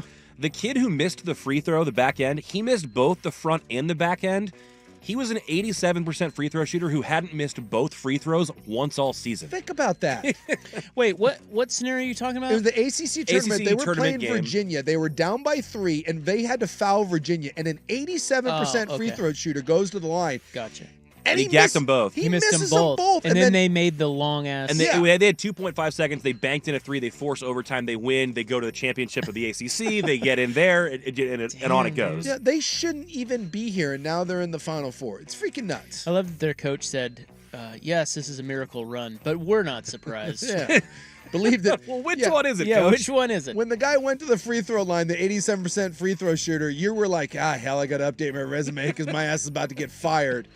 Wait, what are we buying or selling? Whether this would be the greatest Cinderella run in history. Yeah, I think it would be. I mean, an 11 seed. I mean, Villanova always gets that. Yeah. Villanova or Georgetown, of course.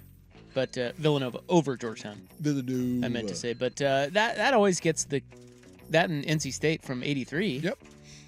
What were they? They were also an 8, I believe. Yeah, 8 or 9. We've never had someone as low as an 11. Well, they also have the most losses of any team in the Final Four ever. Yeah, They have it's 14 just, losses. What they're doing is just stupid fun. And DJ Burns is great. Yes, they got a big fat butt in there that everyone keeps making fun of, but they love him and he gets buckets though, man. But we hate Zach Edey, even though he's a big goon too. Speaking of Zach Edey, let's go to the other game from Sunday and Zach Edey in his post game. They thought they knew us, man. They thought they knew what we had in our hearts. I promise you they didn't. We're winners. That's what we do.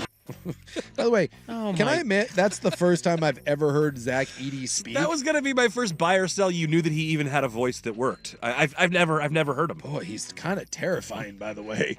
They thought they knew us, man.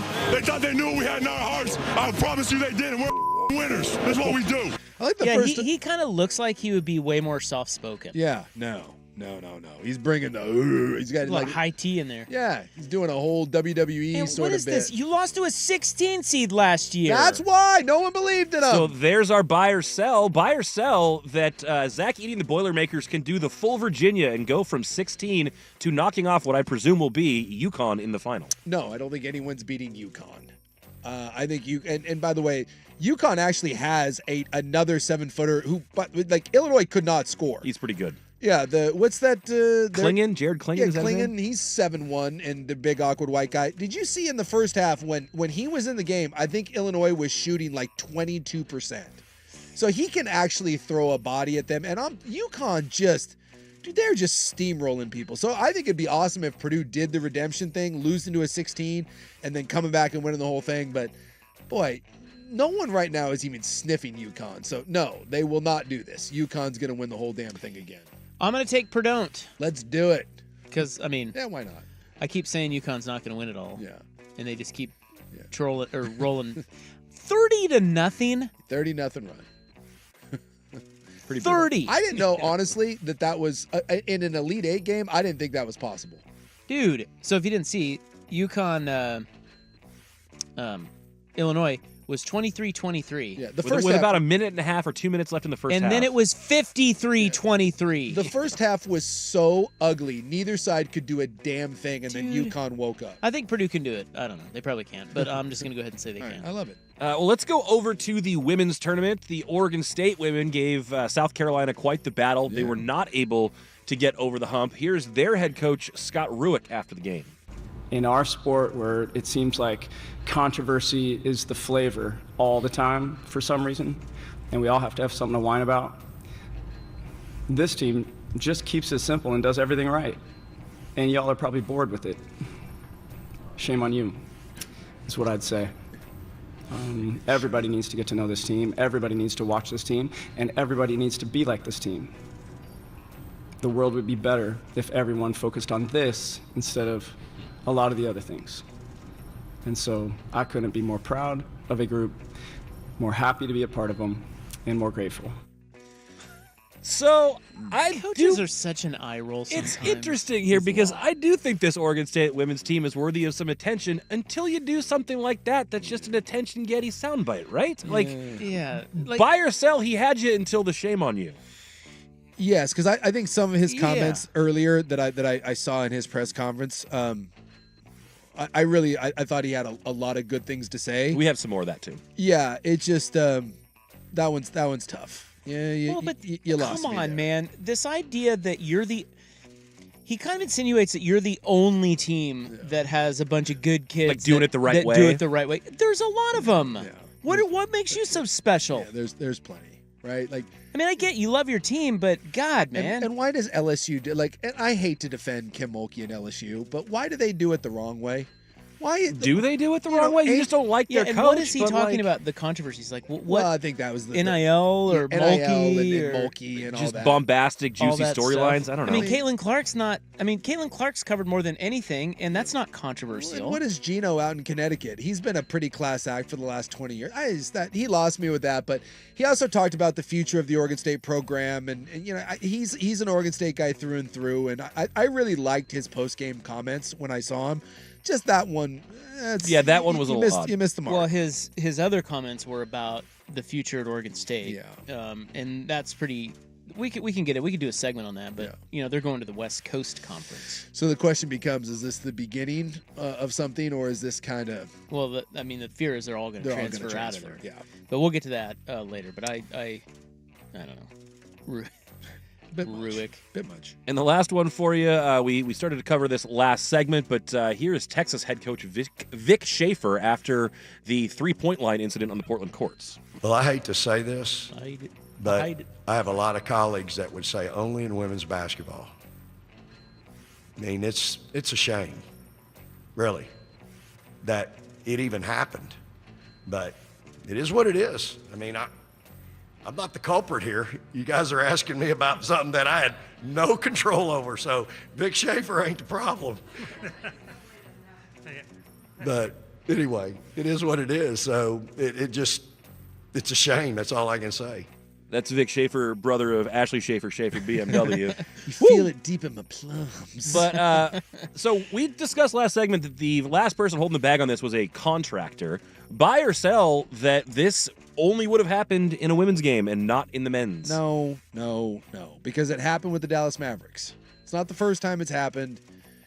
Unfortunately, there's a connotation there that the NCAA hasn't cared about the NCAA tournament with the women as much as they do the men. And, and I understand all that, but this has nothing to do with that. This was a team that produced the men's courts too, and it was a terrible oversight. Whoever did it, you look like a clown. It's a bad look on the city, even though we had nothing to do with it. But this doesn't have anything to do with that. This isn't about the women's game, and I don't like when you draw that line, because then you do take real things where, like with the weight room and some of the food and stuff, which is totally legit, and it even not being able to use March Madness, yes, which is dumb. like that minimizes that stuff. By the way, this LSU Iowa game, the first team to play defense wins. By the way, both teams are shooting like 60%. Yeah, I don't. Why did he say that? I mean, I guess I would have to defer to him. He's in college basketball, and he's saying that he's got a lot of... He's not the only one. There's a handful of people. Basically, I think the insinuation is there would just be more care and oversight in men's sports than there would be in women's. And I gotta kind of... he knows way better than I do, and so I think that narrative, I don't think it's made up. I mean, I think that is... it's kind of like when my first thought, as yours probably was, oh my God, only in Portland. Yeah. His first thought is only in women's basketball. Yeah. So... And of course, there's a reason why we think only in Portland, even though it had nothing to do with Portland. And they think, So I don't know. I'll defer to him on that. Yeah. So am I buying it? Yeah, you're buying it then. Only in women's basketball. Yeah. Oh, that's it. How about that? That was quick. Yeah, that was. Why isn't there? It's 4:36. Yeah, well, we want more. It was quick-ish. The people want more. That was 4, baby. That's all you get. That was 4? That's right. You had NC State, Edie, Rueck, and Schaefer. BMW. Goldberg Jones, when it comes to divorce, custody, or child support issues, trust Goldberg Jones to help. Call 1-800-DIVORCE. Phone questions answered at no charge. In the news is next. Here's Buck. Now, from the Fan Sports Desk, a Sports Center update on 1080 The Fan. Ryan Buckley with this Sports Center update. First on the Fan, the Blazers back on the hardwood tonight as they look down their potential 10th straight loss. Right now it's the end of the first quarter in Orlando, and the Blazers actually leading 23-19. They've gotten 8 points from DeAndre Ayton to start the game.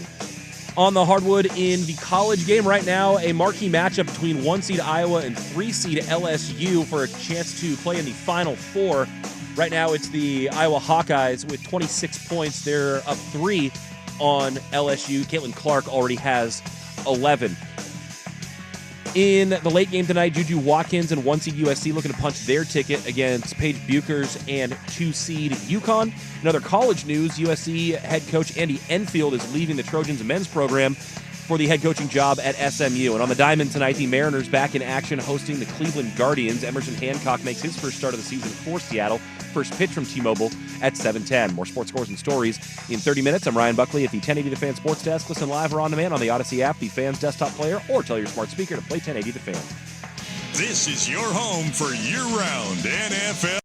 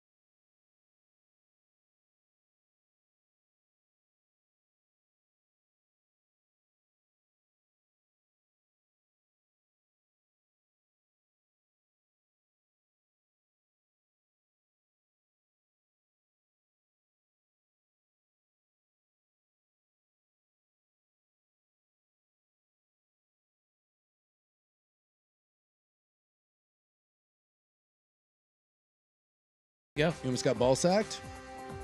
Well, Pinwheel Empire yeah put out the tweet that Chance had been fired. That gave me about 3 seconds pause where I'm like, yeah, what? Me too. No, you. And then I went into the comments and started reading around and noticed no one else. They was kidding. Hee hee. God, April Fool's is so stupid. Please stop it. I don't know. Although they probably got a lot of Blazer fans' hopes up. Yeah, I think that was one of those everyone was more It was disappointed. like, yes! Yeah. Oh. When it turned out to not be true. It is also National Fun Day, which is very generic yet awesome. Yeah. Well, fun's great. April Fool's is not fun. You're a jackass. Stop it. We have more pickleball trouble. What? Yeah. More pickleball noise? Yes. That's a big thing. Now, it's interesting to me that this is a thing. It's such a big thing. Yeah, and if you loud muffler guy isn't. Yeah, apparently if you live by a pickleball court, You're in apparently for it's it. like the loudest, most annoying sound known to man. Yeah, it is loud, but it's not. I think loud muffler guy's harder to regulate because you don't know where he comes from and you can't like stop him from. Yeah, I you know, where it's like the stationary court. If it's making noise there, you know where the source is. Like, yeah, I get it, but the outrage over the pickleball people lose it. noise, they go crazy. Yeah. Now, to be fair, I don't live by a pickleball court. I've never been to a professional pickleball court, like a big complex. So I don't know. Maybe it is the most annoying sound in the world. You've never heard it? Well, not any sort of sustained. No, I've never been to like a. What was the one they just opened up here in Portland? Is it the? They just opened up a facility here in Portland, like a big one. I don't know. yeah, like a huge indoor racket sports King's place. I Court can't or remember what something like that. Something yeah. like that. Anyway, I've never been to a place where there's like 50 pickleball courts. I've been to like a YMCA where they just play it on the gym floor, and it's a little loud, but to me it's no worse than the bouncing of a ball and the squeaking of sneakers. But you know what it sounds like. Sure. Yeah. So that's it. But It's like just- that's what. I mean, if it's like all hours, is that one of those things? Because there's any sport you play has noise. Why is that one so much worse? And is it just the prolonged nature of it? The Irvington Club in Northeast Portland has closed its 2 outdoor pickleball courts after receiving a cease and desist letter from a neighbor who for years has complained about the game's high-pitched noise. Yeah.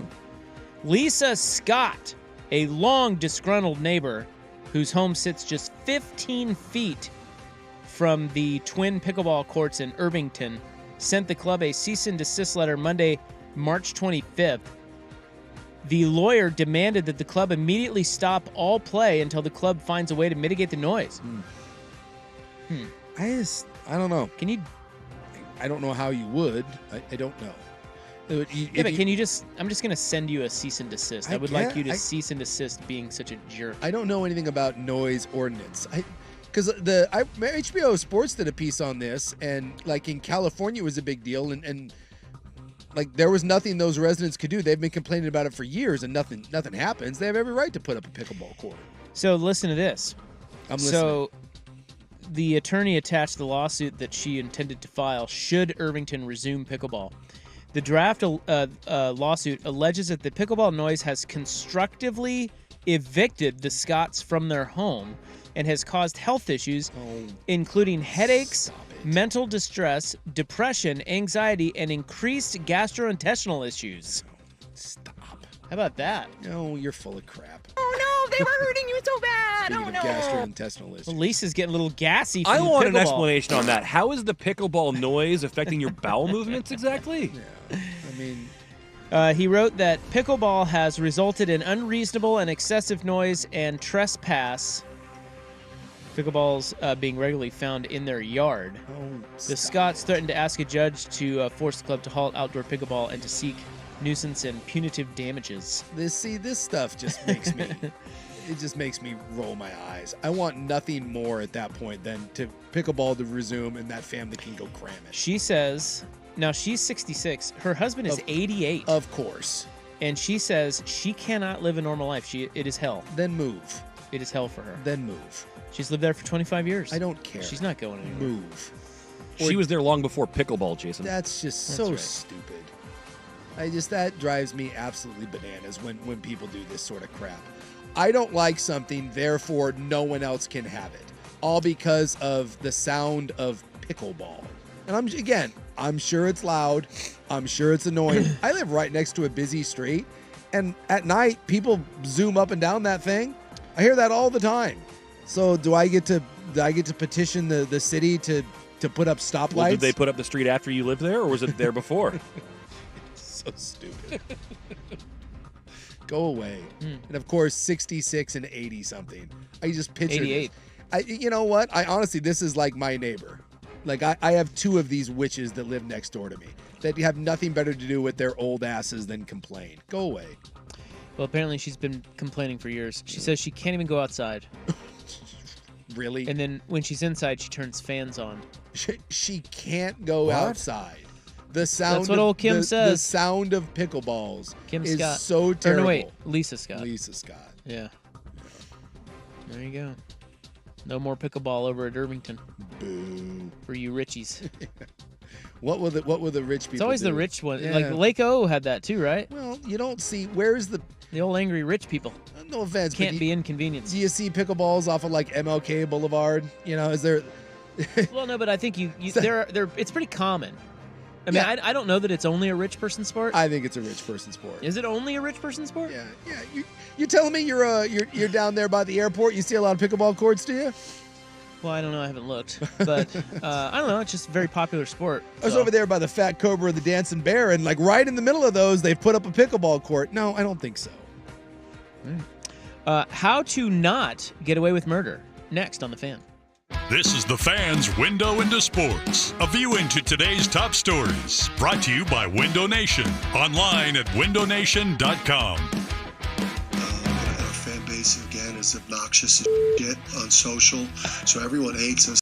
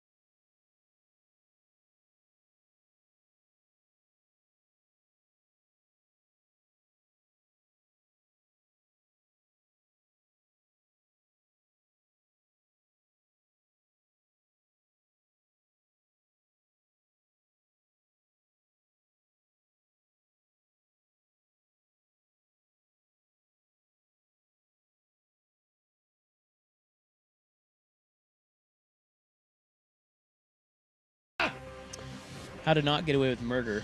I don't know if you watched or had followed this story out of Brush Prairie. Oh, it's up my neck of the woods. Yes. There's a man up there who now faces a charge of accomplice to murder in the first degree in a murder-for-hire plot against his wife. His name is James Rummel. And the story was that he and his kids came home and found his wife shot dead. Yeah. I do remember You seeing remember this that? story. It was like last week. Sounds very Murdoch-esque. And then a truck was taken from their driveway. So it's like, hey, they shot her and then stole the truck. Yeah, and then the house was sort of ransacked. Yeah, but it was all staged. James allegedly arranged for his friend, Daryl Riley, to kill his wife under the guise of an interrupted burglary. Yeah, by the way, I've seen enough Datelines. We all have. We know this is hogwash. He told law enforcement that he and his wife, Lindy, had been having financial difficulties. He also said that they had been behind on their mortgage and car payments and that he received unemployment in 2023. So this was last Saturday. A neighbor calls 911, reports someone broke into the Rummel family's home. They were at Northeast 199th Street and shot her. James Rummel had been doing taxes at a friend's house. When he comes home, he and two friends, including the neighbor, discover Lindy on the ground. Court documents say there were no obvious signs of forced entry into the house. Drawers and cabinets were open. Pillowcase containing items from the house was found. Yeah. Okay, so a day later, they get a tip from a friend of Riley's who had picked him up in Monroe, Idaho. Always Idaho. They transferred items, including 2 long guns, into a truck, which Riley then set on fire. Wait. Check me if I'm wrong, but I don't think you can burn a gun, can you? Is that? Well, I mean, come on, guys. Like, you set the guns on fire. So the sheriff's office asked the public to help find the truck that got stolen. Yeah. Well, it was found immediately. Yeah, like 100. It was more than 100 miles away, and it was partially burnt because they tried to destroy it. Sure. Well, they didn't do a good enough job. No. And so, like a day later, they arrested everyone. They're like, "You guys are idiots. We know it was you." See, there's a lot of people that think they're smart enough to get away with murder, and 90% of the time, you're not. Because the Riley, the shooter, yeah, he told the friend who picked him up what he had done. Yeah. And that guy was like, "Hey, yeah," the guy told me, he's like, "Yeah, I was hired to kill a woman, and I shot her 5 times. Yeah, by and the way, I staged it." Yeah, if you are going to murder someone and you would like to get away with it, don't tell other people. I love that you're like, "Hey, did he do this one? Hey, I'm going to tell you something, but you got to promise not to tell anyone else." Hey, I promise. Hey, well, I mean, if I have your word, then, it's in the vault. Don't worry about it.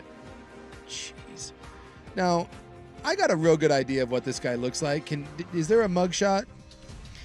Of which guy, the shooter or the husband? Either one. The husband, there is a photo of him, and yes. Yeah, right out of Central Casting? Yeah. Okay. I mean, he looks like he's kind of fat, but also somewhat muscular, or maybe used to have been muscular. At one point. Where do I find this? Is this KGW? He's bald. Yeah, KGW. What's his name? His name's James Rummel. That's the husband. Old James Rummel. And he looks very angry. Yeah. Well, he did just he's now in a lot of trouble. He did just get arrested for murder, so but I mean, he guys, probably has a reason to be angry. They could not have done a worse job. No. Trying to. No. I just love that the idea was to burn the guns. What? You gonna try to melt them down? Were you gonna smelt them into something? Good call. Dumbass. That is in the news, guys. That's it. That's all I have for you.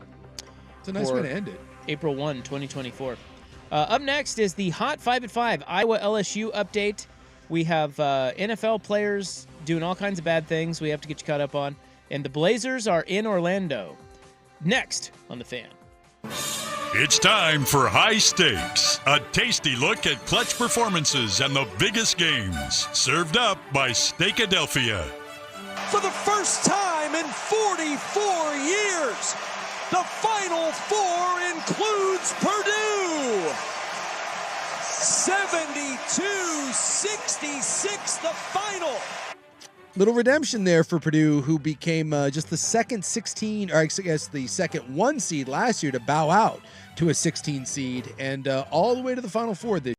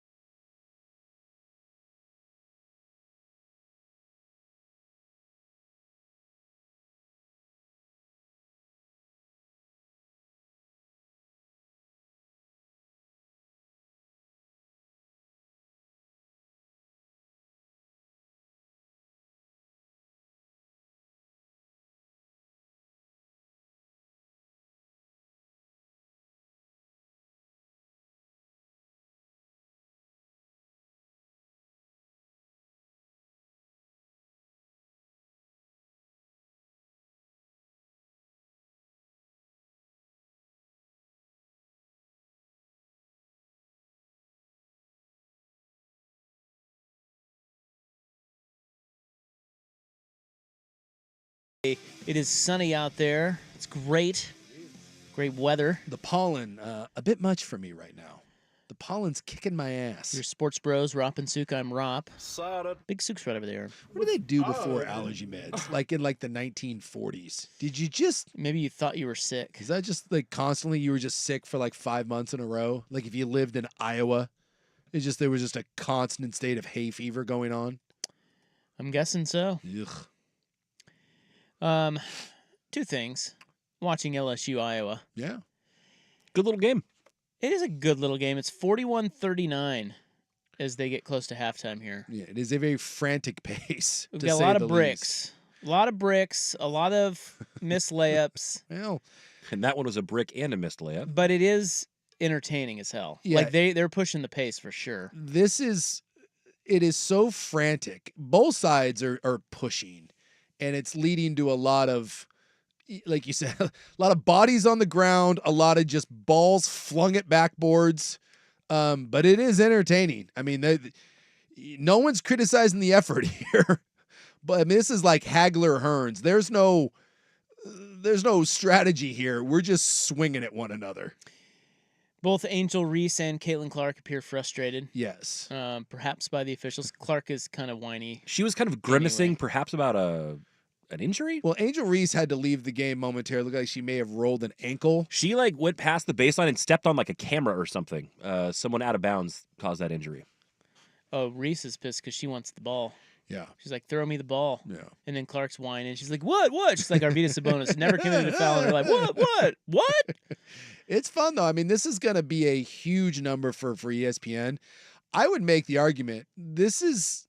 See, they throw her the ball. Yeah, she makes it. That wasn't her. Never mind. This is one of the most anticipated, if not the most anticipated women's game that I can ever remember. The other thing is the ball more orange than normal this year in both the men's and women's tournaments? Our TVs are getting better? The tint is off, is what you're saying? I don't know. It just looks way more highlighter-y. It does seem a little orangey. Well, I think the NBA ball is darker. I think the college ball may naturally be a little lighter, but you're right. It does appear to have a NHL glowing puck thing going on for it right now. I think they changed it. It's possible. All right. Well, I'm glad we got to the bottom of that, guys. Yep. Coming up this hour. We got a tie game going to the half, though. Yeah, there's a lot of tea in this game, too. Oh, like gosh. They're chest bumping. And it is high tea city. Flexing. And Angel Reese has a mean mug going on the entire time. As you said, Caitlin Clark has a Sabonis. What? I mean, is that making it high T or is it high E? I think it's high T, man. It's fun. I got to be honest. I kind of like what LSU... I like how they play. Well, they're leaning into the villain thing, and they got a little Detroit Piston bad boy thing. But I also like how Caitlin plays, so this is fun. 45-45 at the half. Like, you couldn't ask for anything better than this. Clark's going to hit a 75-foot game winner. You watch. Well, Clark has 13 or 15. Reese has 13. Both playing really well. Stars out there making plays. Let's go. Yes, the Final Four is set. We'll get back to that. And some other cool stuff. In the club tonight, is the Northwest a good place for singles, and are married people happier? Those are my latest studies that I have. Apparently not. What do you mean apparently? I'm just saying. What does that mean? Marriage is a rough deal. You said it in the news. That guy just killed his wife and had someone cover up. Oh, yeah. You were talking about that. I was wondering, like, what specifically? Okay, so you were talking about that case. Yeah. So no, people aren't happy in their marriages. You literally just got done talking about a guy who, instead of getting divorced, he hired someone to shoot and kill his wife. Well, I thought maybe you were insinuating trouble in Buck's marriage. Oh, well, I was doing that too, but I mean, sure.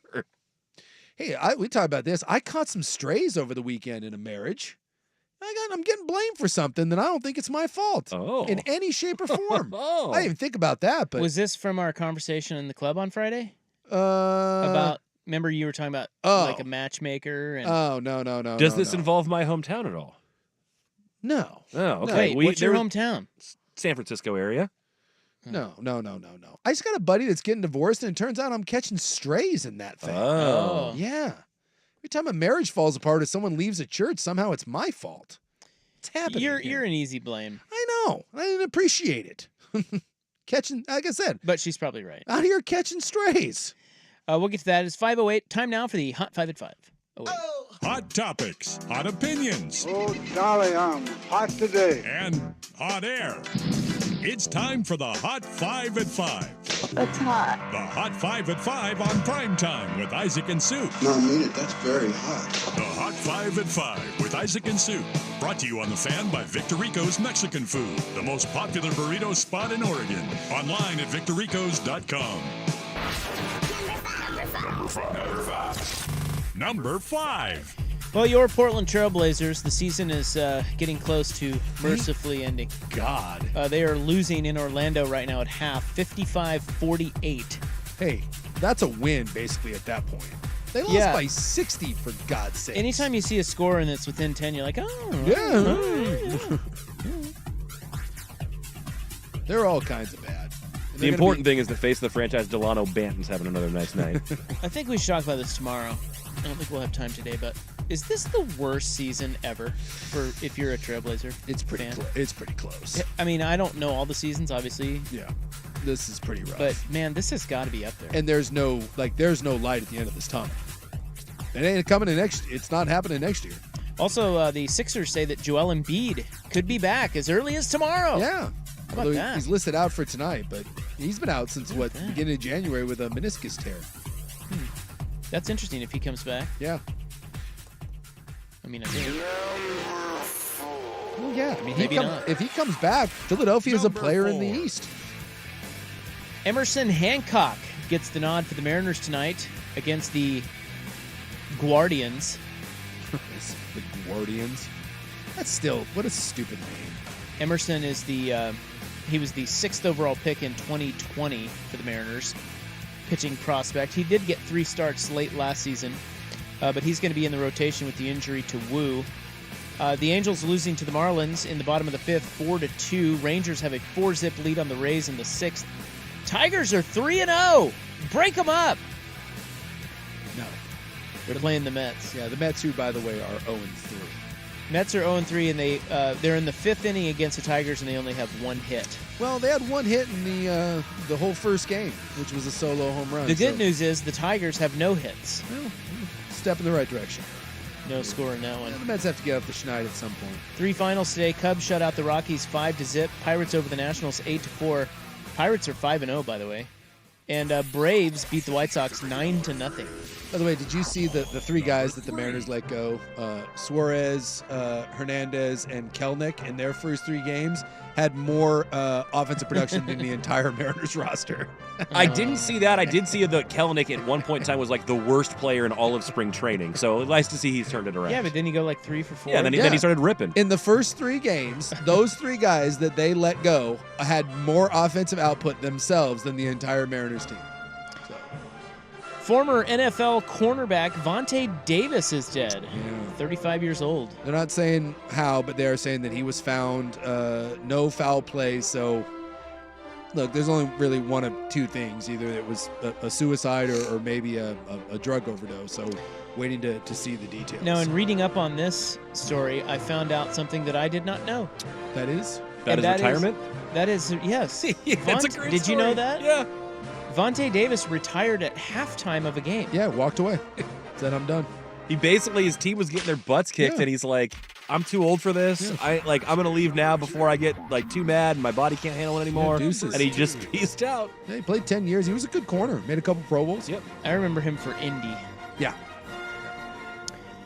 Cortland Sutton has turned himself in, so he's no longer on the run. No, Cortland Sutton.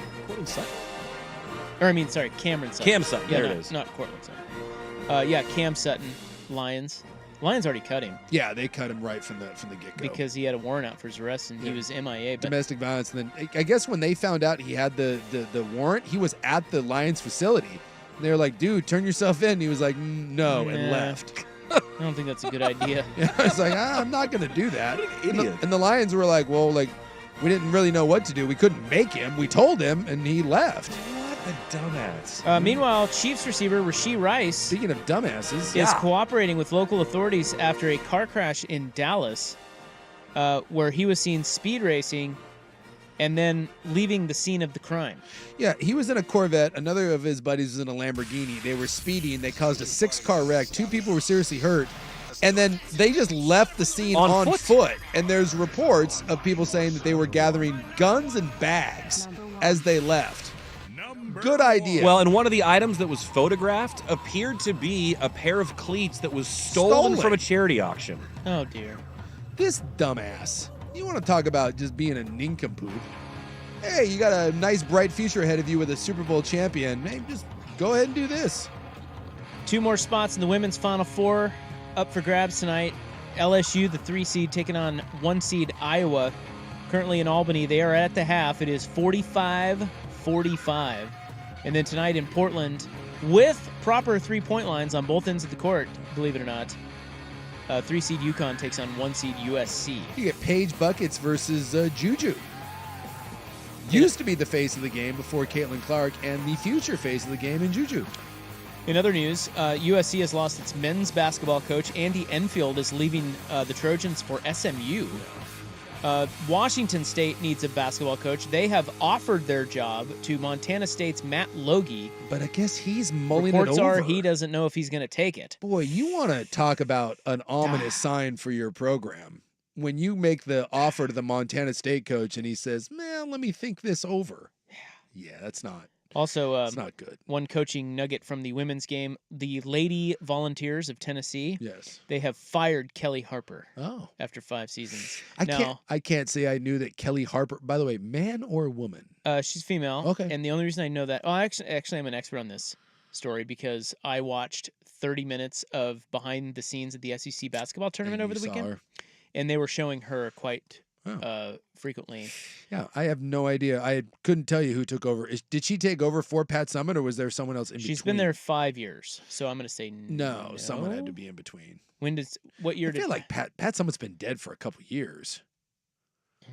So I thought more than a couple. Well, that's what I'm saying. There's no way that she took over for Pat Summitt. Hot 5 at 5 brought to you by Victor Rico's Mexican Food, the most popular burrito spot in Oregon. Order now at victorricos.com. The men's Final Four is set, and we will talk about it, damn it, on The Fan. The home of dirt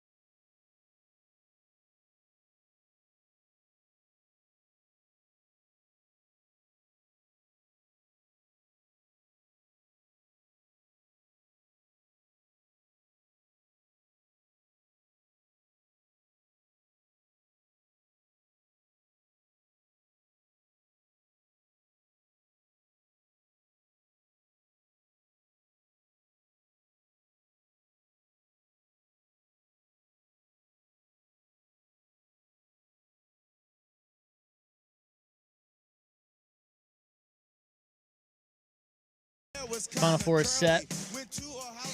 If you don't know who's playing, I'm going to tell you. Spoiler alert here. Everyone be careful. You got those games on DVR. Yeah. Maybe you were out enjoying the weather over the weekend. I TiVoed them. You TiVoed them, and you haven't watched them yet. We're going to get NC State, Purdue, Saturday at 3. I mean...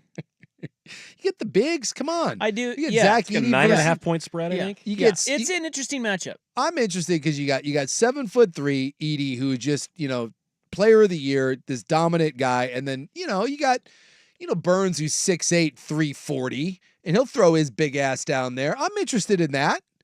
I can't say it's the sexiest matchup of all time, but I actually think it's more interesting than the other game. And then closer to 6 on Saturday, we will get Alabama, UConn. I mean, no offense to Alabama, but right now it appears that no one is sniffing UConn. And I don't think Alabama's going to be any different. I feel like UConn's going to bludgeon them. So believe it or not, if I had to watch one, it's not that. I mean, UConn, I tried watching the first half of UConn in Illinois, and it was so ugly. And then, I blinked, and when I switched back over to the game, they were up by 20. I was like, oh my God, they went on a 30-0 run. I honestly flipped it over at halftime when it was like a 5-point game. I'm like, I'll come back, and I was late getting back. I turn it on, it's like 12 minutes left in the game, and it's a 30-point game. I can't really compute what UConn is doing. As a fan of a program who is at the top of college basketball in recruiting and has won multiple titles, it cannot be this easy. It just can't. Apparently it can. No, it can't. I don't understand. Well, they're about to go back-to-back for the first time since Florida. With ease, apparently. Last year, they were like a 3 or a 4 seed, and no one saw them coming, and they ran roughshod through everybody. And now they got it's an okay team. I guess they got one guy that's supposed to be like a top 10 or 12 pick, another guy that's a borderline first-round pick, and then a couple transfers. They got a big goon center in the middle that apparently no one can score on, and they're just stomping mud holes in people. Apparently it is that easy. I can't really wrap my head around them winning 2 straight titles with all 12 wins coming by not just double digits, but they're winning by an average of 25 points per game, dude. With a team that when it's all said and done probably won't have a single player that you will remember or will go on to do anything of real note. But I guess that's kind of UConn-esque. When you go back and look at their 5 other titles, I mean, you got Kemba Walker, I guess Shabazz Napier that led him the one year. Kemba Walker, he had a pretty special tournament. Yeah, he did, but it's really not a group that's been just loaded with first round NBA talent. And the other thing about it is Hurley, I mean, he wasn't doing that much at UConn. His record was 16-17 in his first year. Yeah.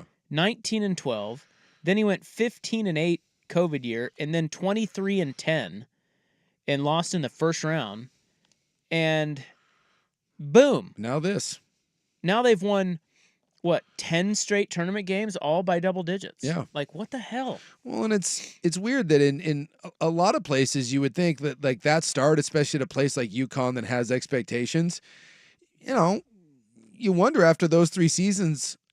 He had only made the tournament one of those, and he was bounced in the first round. Do you think going into that next season where he went 23-10, was there any pressure on him at all? It's not like he was a big proven guy, because before that he was at Rhode Island? Is that where he was? Yeah, I think he came from Rhode Island. I didn't even know there was another Hurley brother. Yeah, he was the coach at Rhode Island. All right, well, he's doing a hell of a job. Yeah, he is. I am having trouble understanding how they're doing that, because I've just sat and watched Kansas with elite talent struggle every damn year. I mean, it just makes no sense. And I'm pissed about it. And I want them to lose. I don't think it's going to happen. Just in case you keep saying that it's going to happen, and you keep being like, well, there's no way it can't be this easy. Apparently it can. I guess it is. I guess it is. What's the spread on the Alabama game? 11.5. Is it double digits? Yeah, I'll double check. One's 9.5, one's 11.5. I have to make sure which is which. By the way, I looked at the 247 recruiting rankings, and then again, it's early, but this upcoming year, Duke is 1, Kentucky, Arizona, You know where UConn is In terms of recruiting ranking? number, Yeah. I don't where know, they put 30, 40 or something. Yeah, they're 29th. Yeah. You know, it's like Maybe Hurley's a genius. That's yeah, not- UConn 11.5 point favorites over Bama. That's all, huh? They can't make those spreads high enough. No. Why is that not higher? Well, I mean, they made it like 9 against Illinois, and you were like, They beat it by 25. I know, and you were like, I'll take that all day. I would have. Well, I liked it. I liked the matchup for Illinois. Yeah, turns out you were wrong. Wouldn't be the first time. Yeah, they're just out there getting drilled. I mean, they're just crushing people. And I don't, but now apparently, Dan Hurley wants to do the no one believes in us. It's us against the world. Them against the world. Okay, Yes, Dan. Yes. Well, you kind of is. We hate you. So. I don't hate UConn. I do. I'm over it. I'm just fascinated by what they're doing.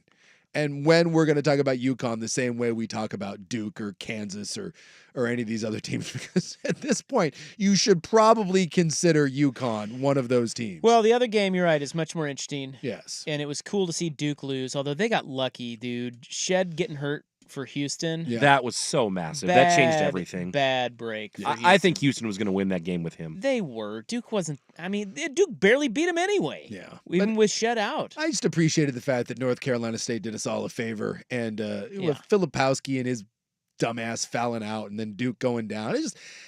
Duke may be less hateable than ever, but it was still nice for a country to exhale, especially with an in-state rival. I'm sorry, I do not find them less hateable. I think Filipowski, he is quintessential Duke douche. Why is it that Duke just gets the same archetype of player? I don't know. Well, aren't they supposed to be getting that Cooper Flagg kid too? Yeah. Who's like the same thing? It's the smart kids. Yeah, they always have one or two. Is there a dum-dum somewhere? Like, who's the dumbest kid that goes to Duke? There has to be one, right?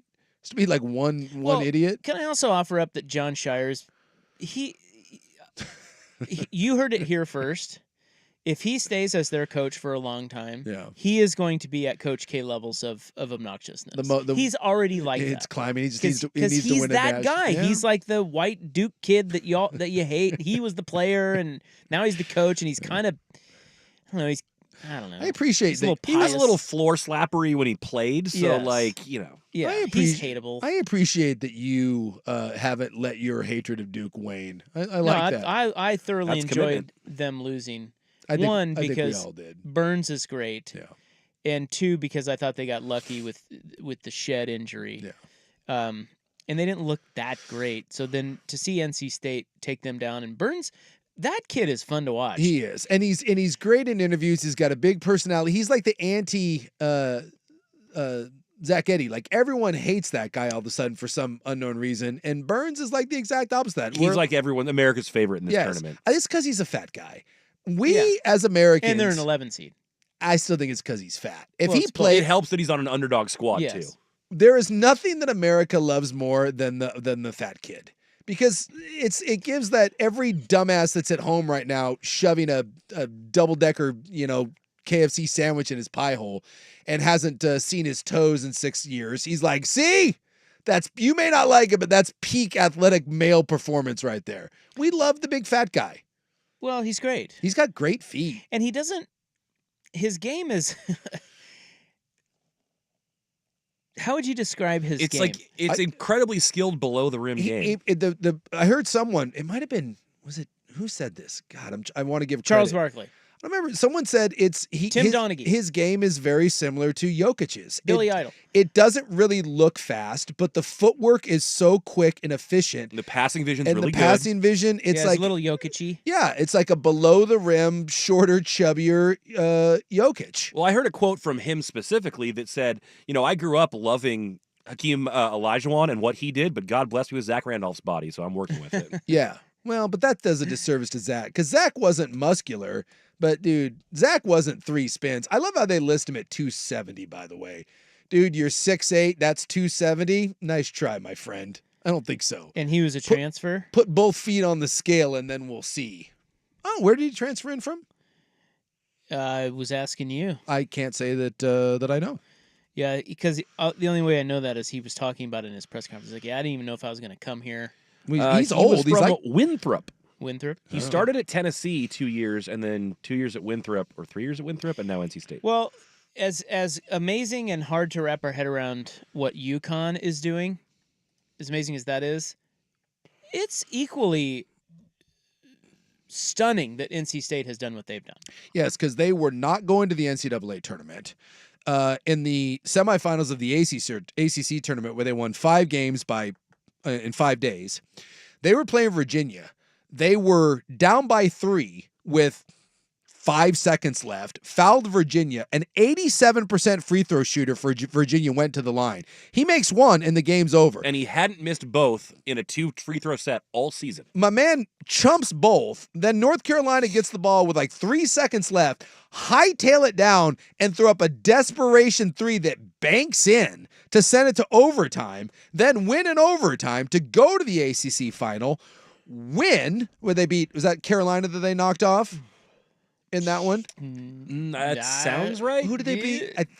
I know they beat North Carolina in the ACC tournament. I'm just not certain if that was the championship game. I don't remember if it was them or not. But they win the championship, punch their ticket, and now here they are in the Final Four. If my man makes 1 free throw for Virginia, it's over. And that's part of a 5 wins in 5 night stretch because they didn't get a bye. Yep. Yeah, it's ridiculous. So what's more improbable, what UConn is doing or what NC State has What done? NC State has done. Like UConn has been the best team all year. They just have. They've lost 3 times. They're crushing people. They're defending champs. Going into the tournament, anyone that you listened to that had actually watched college basketball that was an expert all said the same thing. The best team in the tournament, bar none, is UConn. Said anything can happen, but that is the best team. There is no weakness. And so that it shouldn't be a shocker that the team that everyone said that is the number 1 team is boat racing people. But for North Carolina State to be here, come on. That's the one that just makes no sense at all. And by the way, they're an 11 seed. An 11 seed has never won a national championship before. No, they have the most losses for a Final Four team ever. They have 14. And this is their first Final Four trip since 1983 with Jimmy V. Yeah. And by the way, that was North Carolina. That their arch rival, a number 1 seed that they knocked off in the ACC title game after beating Virginia in a game that they had no business winning. Meanwhile, and by the way, the team that they beat in the second round of the ACC tournament was Duke. I mean, they beat. So they've had to beat Duke twice in 3 weeks to do this. They beat Louisville, Syracuse, then beat Duke, then beat Virginia, that freaky overtime game, then beat North Carolina. So did they play Duke 4 times this year, or did they only meet them once in the regular season? Let's go back and... I bet they got them twice in the regular season and then twice more in the postseason. Well, there's like 25 teams in the ACC I now, know, so there's a lot. I would That's true. imagine they only played But once. being more natural rivals and their schools being so close, I would think maybe they'd get the double I'm treatment. scrolling here, and it only looks like they had them. It looks like they just had them the one By time. the way, learning that DJ Burns plays 4 different instruments. What instruments? The stand-up bass, the tuba, the piano, and the saxophone. Of course, the big guy plays the tuba. And by the way, when you look at the photos from Winthrop, he wasn't that big. I feel like the cooking at North Carolina State is slightly better than what he had going at Winthrop. So yes, they beat Duke 3 times this year. Or I guess they played Duke. The first time Duke got him 79-64. They shouldn't be here. As for Purdue, this is their first trip to the Final Four since 1980. As a matter of fact, that predates Gene Katie. Yeah. So it's been a long time for that program. Well, and the one about Purdue is there, I'll ask you this, is there a better program? Because Purdue has consistently been good for decades. Is there a better program that's consistently good that's never made a Final Four? That's never? That's never. Well, I mean, in modern times, it's been 44 years. But those Gene Katie teams were good. And like they have been consistently good. Purdue is always good. They really haven't had big drop-offs. It's surprising it's been that many years. Yeah, I'm trying to think of another program that hasn't. Yeah. That's pretty good. Like, this is a cool story. And a team, it was a number 1 seed last year, and they lose to a 16 in Fairleigh Dickinson, and now no one believes in them. You want to do the chip on the shoulder thing. And, you know, they come back, and here they are in the Final Four. That's a cool redemption story. Getting embarrassed as a 1 seed losing to Fairleigh Dickinson, a play-in team, that's... Well, Virginia did that too, right? Virginia lost in the first round to a 16 and then the next year won the tournament. Was it a 16 that they lost to? Yeah, they were That was the only Long Beach whatever. They were the only two, Virginia and Purdue, to lose. Well, that's pretty cool then. And it's kind of interesting. Virginia ended up winning the title the next year, and Purdue's now in the Final Four the next year. Knocking on the door. So that's all it takes. So yes, I know what you're going to ask. As a Kansas fan, I would sacrifice the 1-16 upset if it meant a title the next season.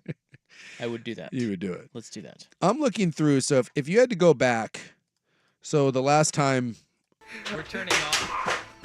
See, at this point in time, it's not even that bad if you're the 16 that lose. Someone else has already broken the dam. Like, you don't have to be the one that carries that thing. 2 teams have done it. Whatever. You can go back and win the title next year. That's true.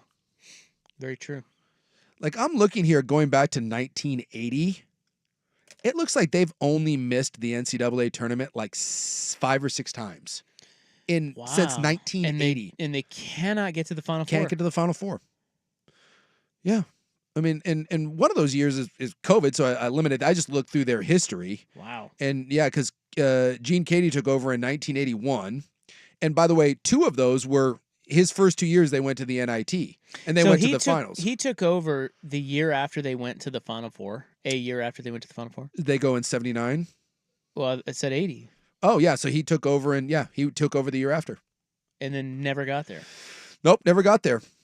I mean, just lots of NCAA tournaments, some Sweet 16s, and, there's an Elite 8 in there, couple Sweet 16s, another Elite 8. But, yeah, never a Final Four. Well, but they have consistently been a 20-plus win team for all those years. So, and Painter's won, 30 games. He went 30-7 in 2017. And they had Robbie Hummel and those guys. This is a good team. I will be pulling for NC State, but then if Purdue wins, I'm all in on Purdue. I could care less about Alabama, and of course, I want UConn to lose. Yeah, well, I'm going all in on Purdue. Even over NC State, huh? Well, I'm afraid, if I told you the BTJ has informed me that we have to root for Purdue, and it's no coincidence that I have yet another black eye. So I just would like to state for the record, I am pulling for Purdue. He's beating you into submission. Well, I fell down some stairs again, and I've been told to watch what I say, and go Purdue. For the sake of my health, All right. I think we need Purdue to win. Coming up next, let's listen to Scott Rueck. But first, Buck with SportsCenter. Now from the Fan Sports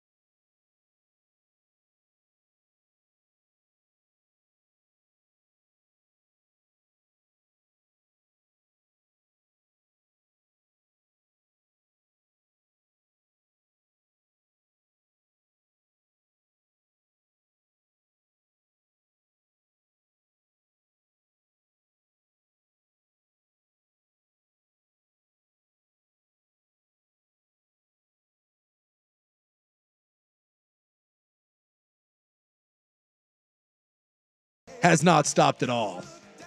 Buck described it at one point as it's like a bunch of sugary like toddlers playing. It is just like they're just sprinting up and down the court, at times flying into each other, and it's fun as hell to watch, but it's not always polished. No, there is a lot of skill here, but boy, there is some of the turn and huck the ball at the basket, especially on the fast break. Boy, Well, some of that, like, let me run as fast as I can and throw my body into someone else's is interesting, too. Yeah, it is. And LSU's kind of melting down here a little bit. And it looked at the beginning of the game that LSU's length and athleticism was giving Iowa problems.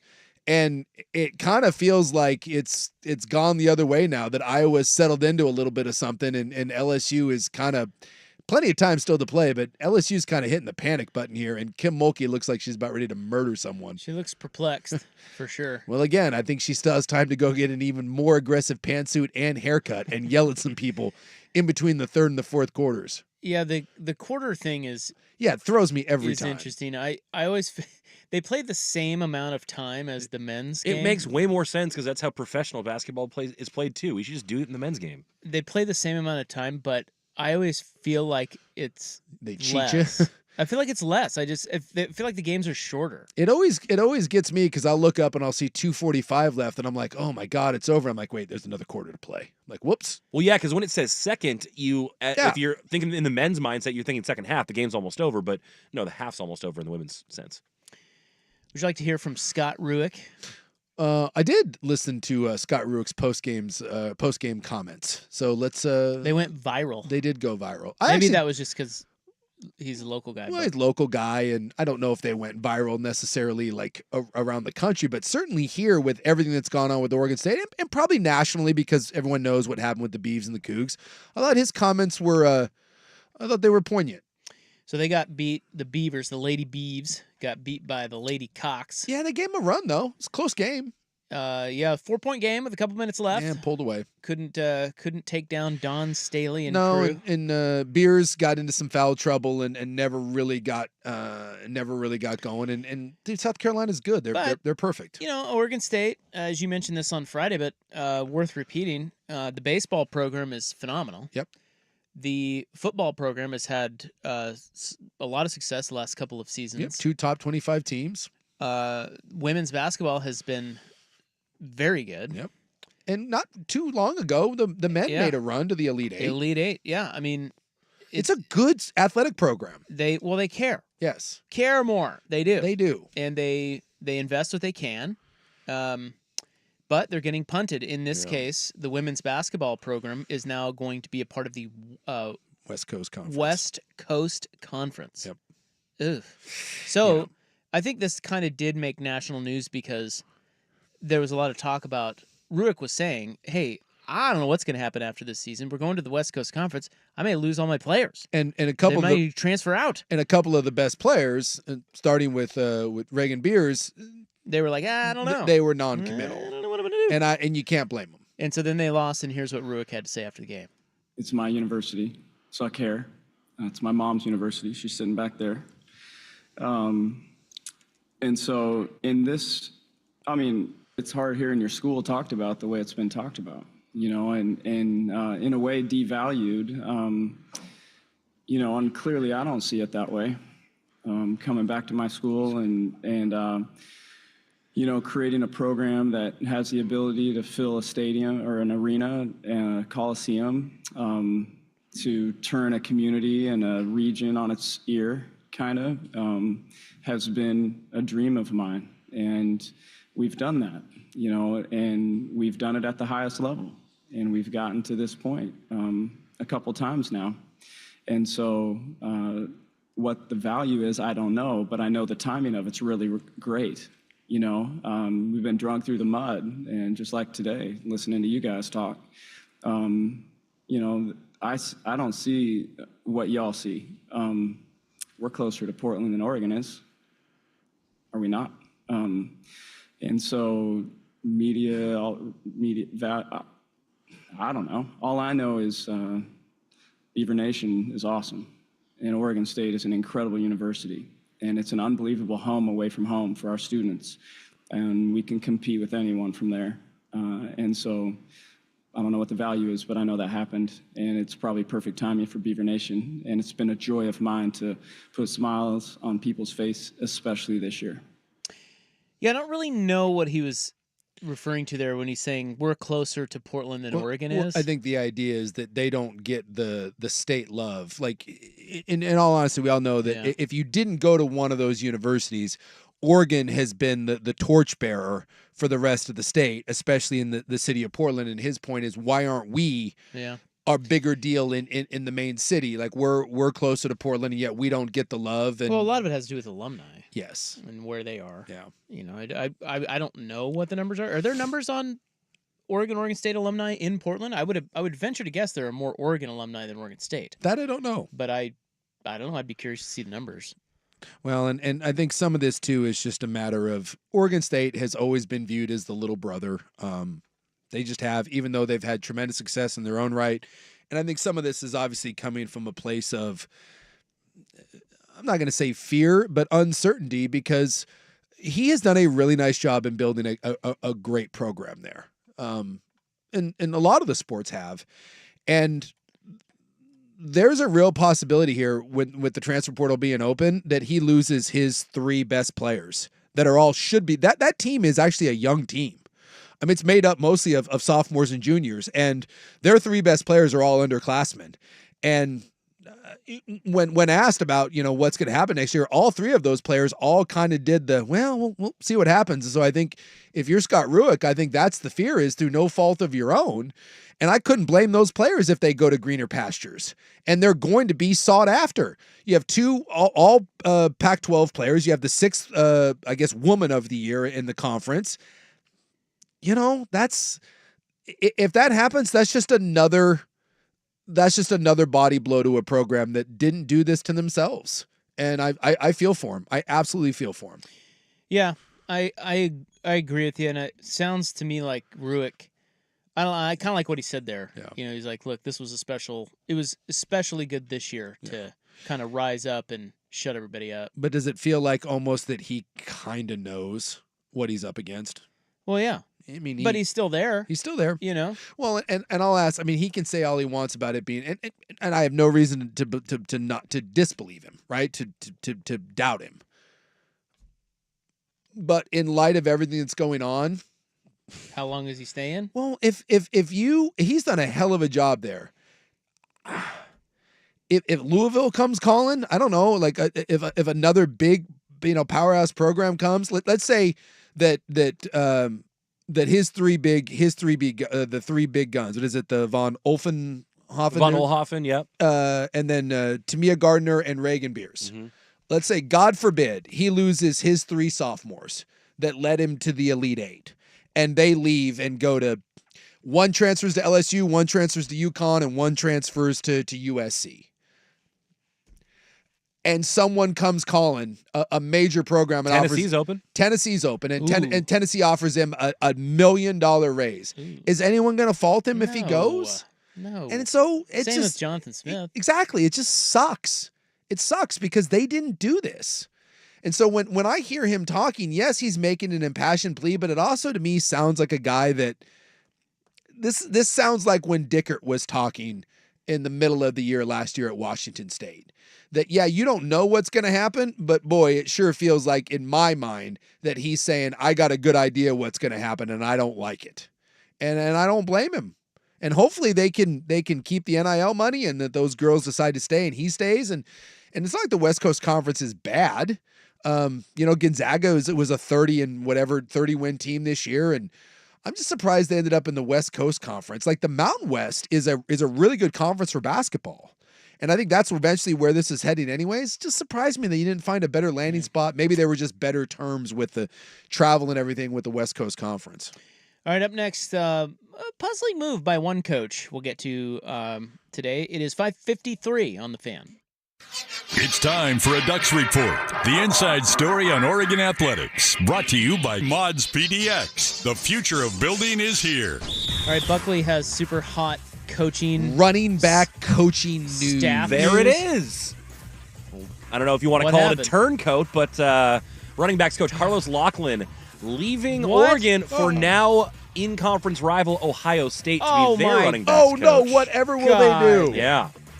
Something or nothing. He's taking all the secrets. I'll tell you what, in the history of college football, no one has ever lost their running backs coach and been like, no! That's Chip. He's What if he's a irreplaceable. good recruiter? He's irreplaceable. Whatever will we do? Hey, he made Bucky. Yeah, Maybe. they'll be fine. I don't think they will. I think it's over. Jordan James is about to have a terrible year. Jordan James, yeah, like all of a sudden, they're going to be fine. Mods PDX, the future of building is here. It's the Vancouver Ford text line. Plenty of time to talk sports today. One number down.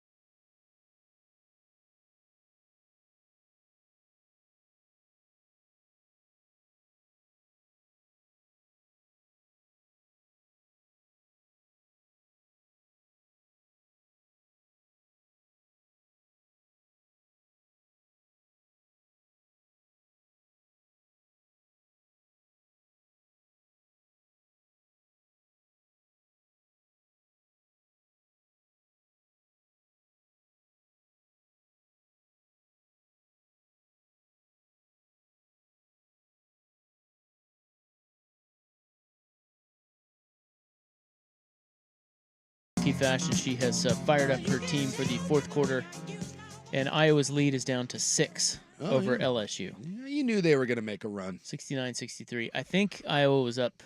They were up by 11 at one point. Was it 11? Yeah. 11 or 12? Yeah. Scott Rueck, fun fact, real quick. We were talking about Oregon State women's basketball coach, Scott Rueck. Yes. He's buddies with Jordan Spieth, noted golf bro. Oh. Did you know that? I didn't know that.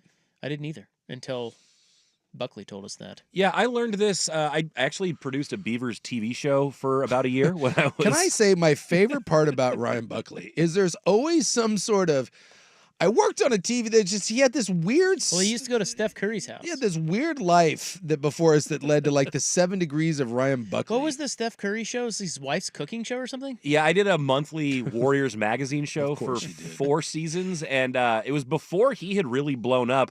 And his wife Aisha was interested in elevating her profile, so one of our people like kind of pitched to her, "Would you want to do a cooking show?" And she said, "Sure." And then it took off, and we started going to their house every month for 3 years. So you just go over there and film it, and then eat a bunch of good food. That's true. Yeah. All right, back to the. Is she cool? He's cooler than she is. Okay. I mean, she's That's a no. she's not cool, but he's great, and that's code for no. Steph's the dude, though, man. She sucks. He's the man. She sucks. All right, how does Rueck know? Yeah, so do they both talk about their terrible hairlines? Spieth's caddy, Michael Greller, I believe, is from the area, from the Oregon area, and I know that Rueck coached Greller's sister, I believe, at George Fox before he was at Oregon State. So he and the Greller family go way back. Greller, of course, becomes Spieth's caddy, and through Greller has come to a bunch of these events and gotten to know Jordan very well. Oh, well, Rueck seems like a good dude, and Spieth as well. Boring, but seems like a good dude. So all right, I like that Rueck refuses to give up. He's doing the half dome. It's like someone painted a 3-point line across the middle of his head, and he's just sticking with that weird, like, bonnet thing that he's got going in the back. I love anyone that's holding on to some semblance of hair. It's like, nope, not bald. Gonna keep growing this bad boy out. Final sports note. Do you find it weird that Andy Enfield left USC for SMU? Yeah, it does seem a bit strange. Isn't that odd? And I had this question for both of you. Will LeBron have anything to do with the next head coach at USC? Because Bronny's still at USC. Or does Bronny go somewhere? God, he's probably out of there. Bronny sucks. Well, we know that he hasn't been that good this season, but I'm interested in whether LeBron has any influence in the domino effect here. Yeah, and I didn't even thought about that connection. You wonder if Enfield's like, I ain't putting up with this crap. And maybe that's part of it. LeBron running things. Well, here's the thing. You always hear about USC that it's just... Well, I know Dallas. I know SMU, they have a lot of money. They got a lot of money, and I wonder if at SMU they're just like, look, dude, we're just going to throw you an ton of money and just stay the hell out of your way. Yeah, we'll let you coach the program. Just do whatever the hell you want. Whereas at USC... A lot of cooks in the kitchen there. Yeah, and he's just been dealing with a bunch of crap. And he hasn't been bad, but let's also not act like he's torn it up. Like he had the run at Florida Gulf Coast, right? And since then, I'm looking there because he's been there since 13. He's been there for 10 years. He made an Elite Eight, and he made an Elite Eight.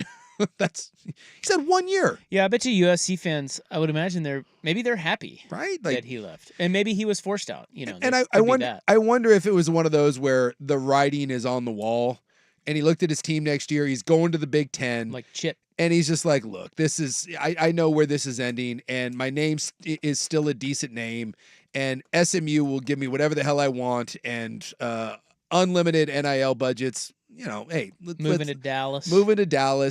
And what are the expectations at SMU? Like USC actually has some expectations. SMU, you win 20 games there, and you make the tournament, and everyone probably thinks you're great. Yeah. All right. Is SMU a better job than USC? Boy.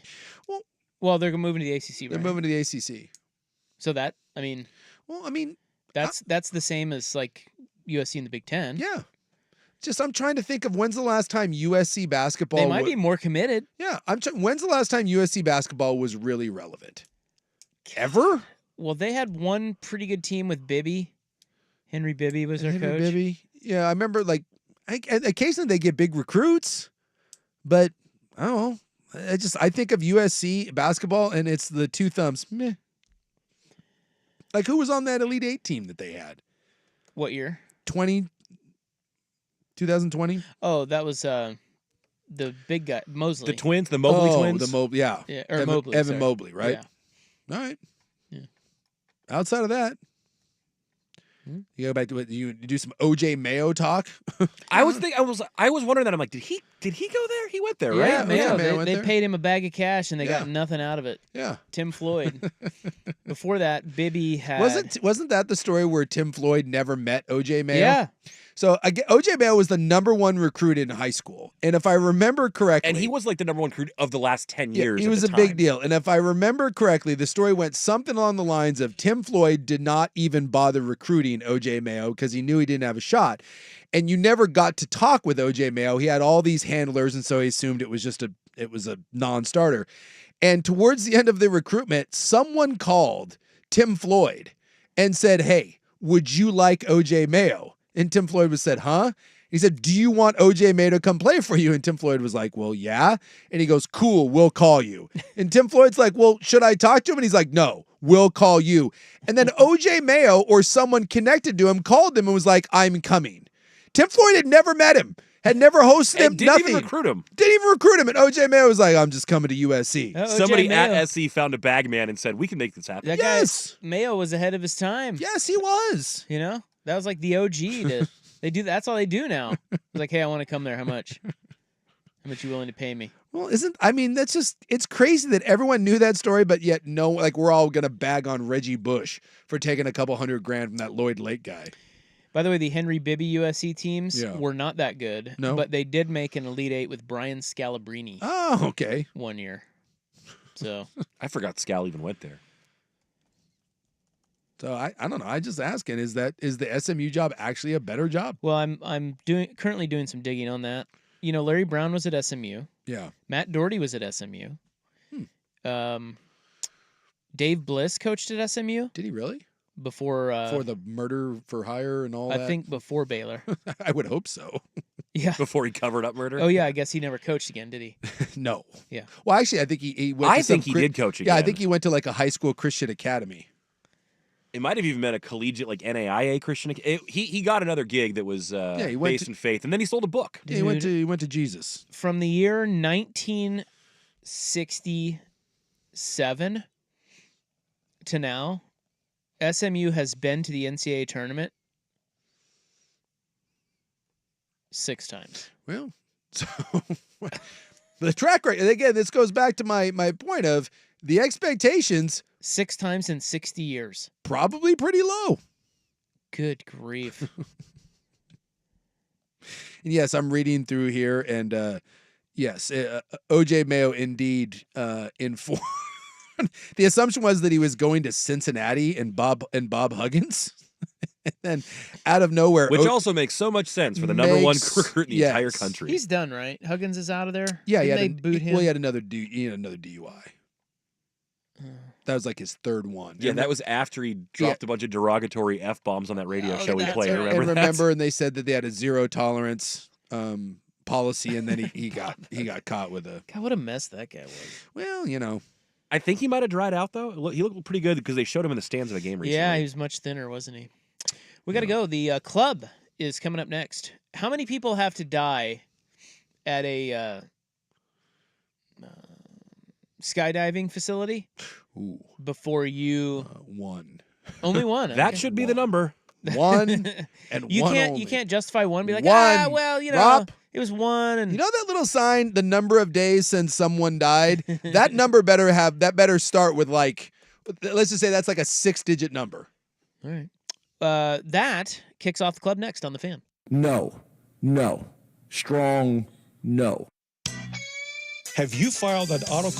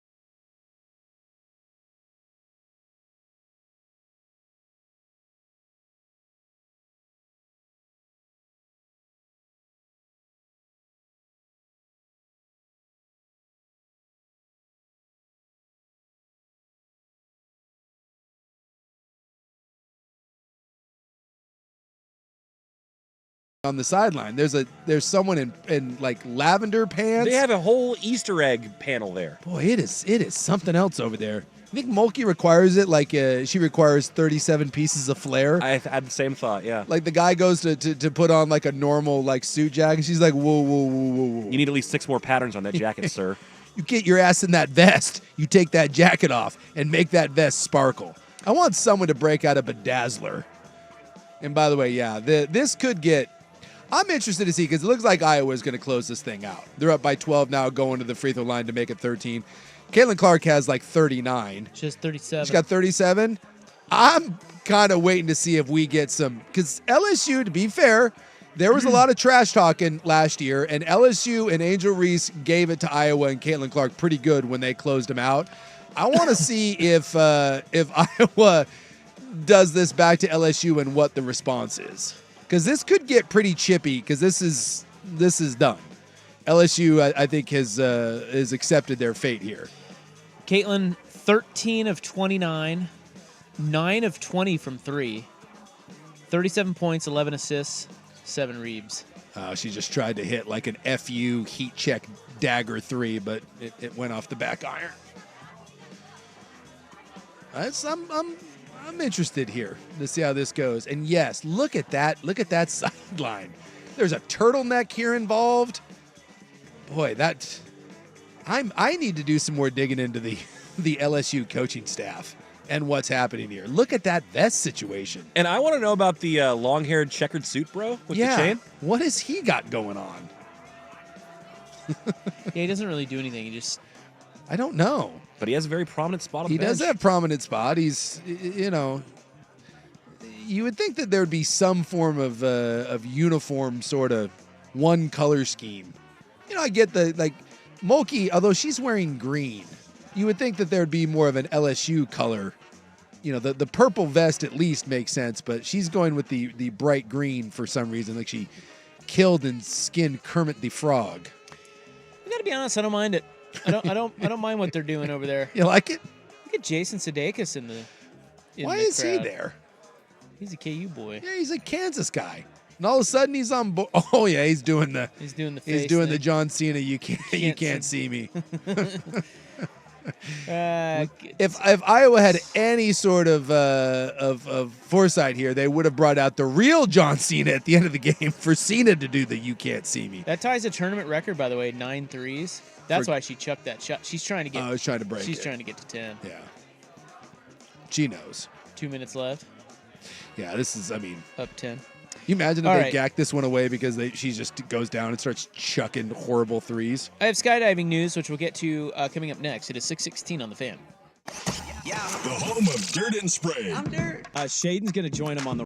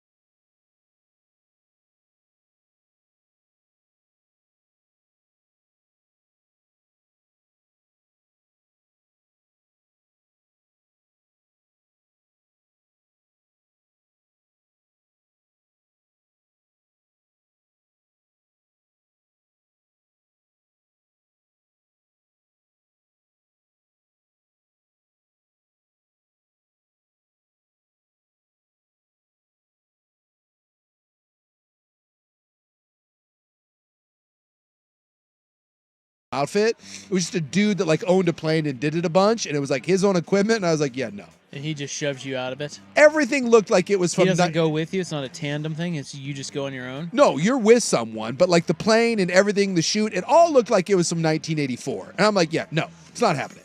And the dude that was like an old military guy, he was like our head of security over there in Scotland. And, you know, he's done a million of these jumps. And I'm like, yeah, no, I'm not. It's not you that I'm worried about. I don't like the look of that airplane. I don't look at that. And he was like, well, if the plane goes down, we have a parachute. I don't like that you said that. Not happening. And then the other time in Hawaii, we had a chance to do it. And I'm telling you, man, that same thing. Like, if you're going to have an outfit, a skydiving outfit, that needs to be professional. Then you need to have, like polo shirts with, like, your company logo on them and, like, printed brochures. You can't just be on the beach somewhere with, like, a wooden sign that says jump out of plane. I didn't like it at all. I didn't like the cut of the jib. When I'm you like, I'm say out. you had an opportunity, that means you sought out, you're like, hey, let's go skydiving? We were with people that wanted to go skydiving, and they were like, hey, I've heard this place. And so we're like, okay. And it was so, then we went and checked it out, and I took one look at it, and I'm like, yeah, no, not doing that. Well, it's interesting you say that because 0 for 2. There's a story in the San Francisco Chronicle today about Lodi Parachute Center. Okay. Which is a skydiving joint in Lodi, California. And as the story is that goes, the whole stuck in Lodi again? I didn't know. I had no idea where. I always assumed that was like in Texas or something. Is that like Central Valley, California? I think it is because I always drive through it when we're driving to San Diego. I love that Or song. see the signs for it. You learn something on this program Oh, every day. Lord. Stuck in Lord. Great song. I had no idea that was in California. All right. Yeah, it is in. You know, it's directly east of no, San it's Francisco. east. Yeah, so it's south of Sacramento. Yeah, I used to play a lot of soccer and baseball teams from Lodi, and now I get it. You grew up maybe an hour from there, and you didn't know where it was. Well, it's not like a. Yeah, I mean, I knew they were around. I didn't live there. I don't go to. I don't. It wasn't Sacramento, and it wasn't Stockton. I mean, It's I know somewhere where between. Salem is. Yeah. Okay, that's the capital of the state. Okay, you're right. Bad example. Right. I know where. I know where Albany is too. Yeah. Yeah, because you have Yeah, to pass it bitch. on your way down I-5. I would But never drive by Well, Lodi. so that's what Lodi is. Quit It's making right on excuses, the freeway. Buck, for your lack of geographical knowledge. Yeah. Okay, I will. Where was I? Oh, Lodi.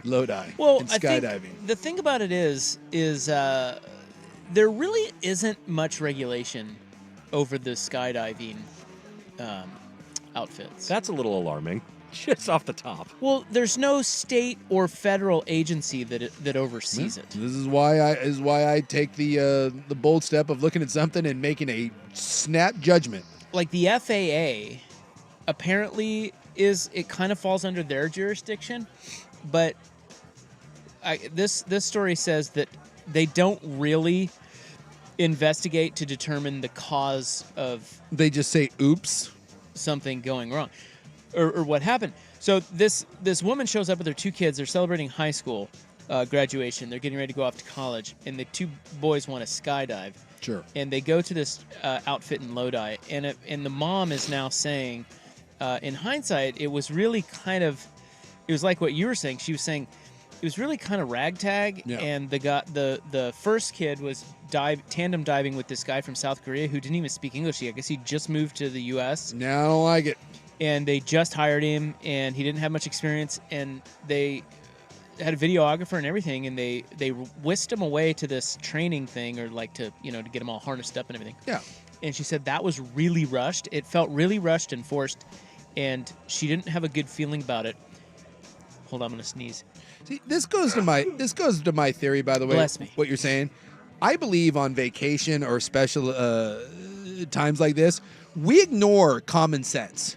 The crap you'll do on vacation, and look, I'm just as guilty. The amount of times that I've gone fishing on unseaworthy vessels, or taken a water taxi, or done, like snorkeling with people that in no way should be in charge of another human's life, and you're like, well, I'm on vacation. What bad thing can happen on vacation?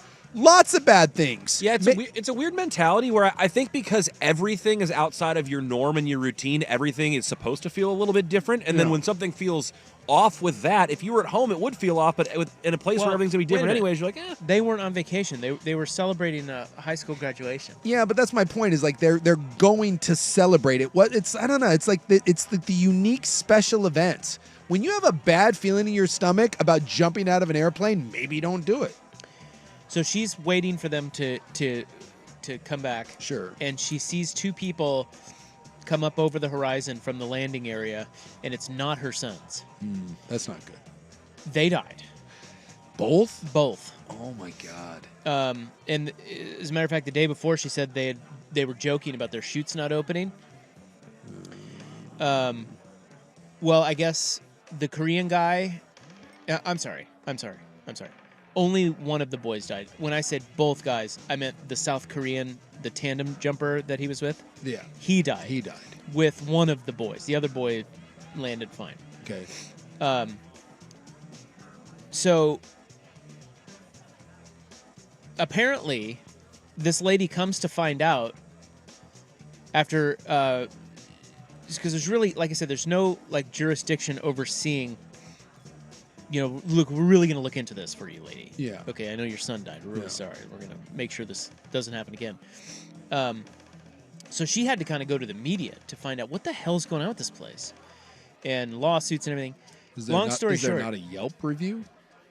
Well, I would think if you're telling me that more than like 2 people have died here, how is this place even still in business? Well, so this number is going to shock you, dude. I'm like, there's no way. There's no way. How many do you think it is? Because she then soon finds out how many people have died in accidents tied to this center since 1985. It's been open since the 80s. It can't be that many because you'd get shut down. There's just no way. 10. And that is... It can't be double digits. digits. The only reason I'm saying 10 is because you said it's a shocking number. The number that she learned of, once her son had already died, was 21. Horse bleep. And now they're saying as many as 28. No. Yes. 0 chance. How on God's green earth can 20... Since 85? Since 1985. Do you know what the owner of the... is the former owner now, but at the time, you know what the owner told her? Or told a TV station about her son's death? Because they asked. Yeah, I would assume. They asked, hey, what's going on? What bro? happened? Why don't you stop? Because then she said, the mom said, they just kept the planes going up. Like the same day. Like people were going back up there. So, yes, there's no oversight. So someone died and they were like, correct. It's like a football practice where someone gets hurt and they move the drill up 10? He said the news went to this Bill Doss guy, the center's former owner, and he said, we didn't stop because we don't like the guy. We didn't stop because we weren't interested in the guy. We didn't stop because life goes on. That's what he told the news. That's some very Point Break kind of mentality there. That seems a little like the Titanic sub sort of thing happened. Like, what? The life goes on? Hey, life goes on. Sorry. Obla-dee, obla-da. What in God's green earth? How is there no... Isn't that wild? And you would never know that if you went out there to skydive. How would you not know it? How is there not a... Well, it's out there now, but... And there's no warning. There's no, like I said, there's no review. There's no Facebook. Like, what? Again, I think in this article, they're coming back to the idea that the FAA... It really doesn't have data. It just doesn't do a good enough job of overseeing and like... I'm not going to lie. That almost seems beyond belief. Like if you up to 26, 28, whatever you say. 28. Like that just seems like a fake. Like what's Dirt and Spray do stat or story. This is a stat. There's no way 28 people have died at a place and people keep going up. How is someone who has died there, how is some Karen, who, by the way, that's not even being a Karen, it's just being a responsible person. How has some lady not made this her mission to just post a sign in front of this business and stand there every day like being like, don't go here. Yeah, like one grieving mother isn't going to sit there trying to just ruin their business kind of a thing. You die. Like, they're losing like 1 a year. Like, what? That just seems... Okay, so this is the lack of data on fatalities is not unique to the Parachute Center of Lodi or to Skydive Lodi or Acme Aviation, or any of the other names the center has operated as over the years. As federal watchdog, the National Transportation Safety Board put it in a 2008 report, the FAA does not have data on the number of parachute jump operators or the number and type of aircraft used in parachute jumping operations in the United States. The absence of these data preclude any calculations of safety stats for parachute jump operations, including accident rates. Huh. They just don't even... That seems just... It seems unbelievable. It's just kind of this wild, wild You just west, do whatever you want. unregulated area. I feel this way about carnivals. I really do. Like the stupid carnival, I don't want to say stupid carnival because maybe it's great people, but the weird traveling carnival is back in my gym's parking lot. Like in the parking lot, there's like it's like my gym, a Chuck E. Cheese, and like a plasma center. Like twice a year, like this weird traveling carnival comes and sets up, and they set up like in like 10 minutes. And it's like the jankiest looking thing known to man. And I think to myself all the time, how many people have died on that ride because they just travel around the country like as carnies? And like, who regulates that? I don't think anyone does.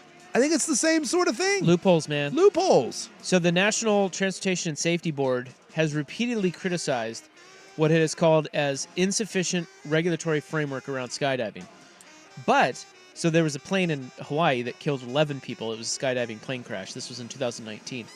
The United States Parachutes Association is currently lobbying against a federal bill that would increase requirements for plane maintenance, which was written in response to the Hawaii tragedy. And the owner, or the head of the USPA, United States Parachute Association, said, "I will not contribute to any story that will denunciate the skydiving community." So it just sounds like the skydiving community is about dying. We're not focusing as much on the diving as we are the dying part. We're just focusing on living, man. Yeah, LIVIN, or dying. And someone points out on here, and then this is true. Like I found this about like the contractor that ripped me off. Like one of these things happens, they just put the company in someone else's name and change the name. Yeah, that's what they were saying. Yeah, all the different names on there. You just move it to you move the drill up 10, and you're like, oh.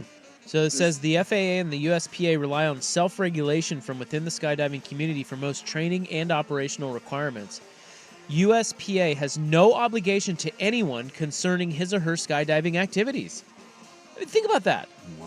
Think about that. That'd be like Boeing saying, we have no obligation to get you there safe. Yeah, what do you mean? Or, I mean, the airlines or whatever. It says all references by USPA to self-regulation refer to each individual person regulating or being responsible for him or herself. And so we just go down the Dude, stuff happens. This is one of the biggest rackets in America. Boy, I'll tell you what. Skydiving. Who knew? Well, all of a sudden I feel much better about my my 0 for 2. You were smart. Yeah. Get out of there. That it was in Maui, and it just nothing about it, and I mean nothing about it looked professional at all whatsoever. And I just sat there and I was like looking at these people that were like loading up into just this janky ass little plane, and the dude, and I get that like the skydiver bro is like surfer guy, you know, he's like, hey bro, but let me just say this. If you want me to give you a couple $100 for you to push me out of an airplane, maybe put a shirt on. And instill a little confidence in me, please. Just a shirt. You know, doesn't have to be a collared shirt. I'd appreciate it. Tank top. But you can't just show up with like like some oily abs and be like, hey bro, you want to jump out of this plane? No, I don't. Although if you do call me bra, yeah, I feel like my confidence in you has gone up. Jumps up a little bit. I mean, you know, yeah. Like, oh, you've done this a time or two. No. Those scientists better check their hypotenuse. Hey, brah, put this on, brah. Dude's in there just burning a heater. Like as I show up, he's just rolling one from the green vine. No. Well, how about the Korean guy? That like he just moved to Korea. Didn't even speak English.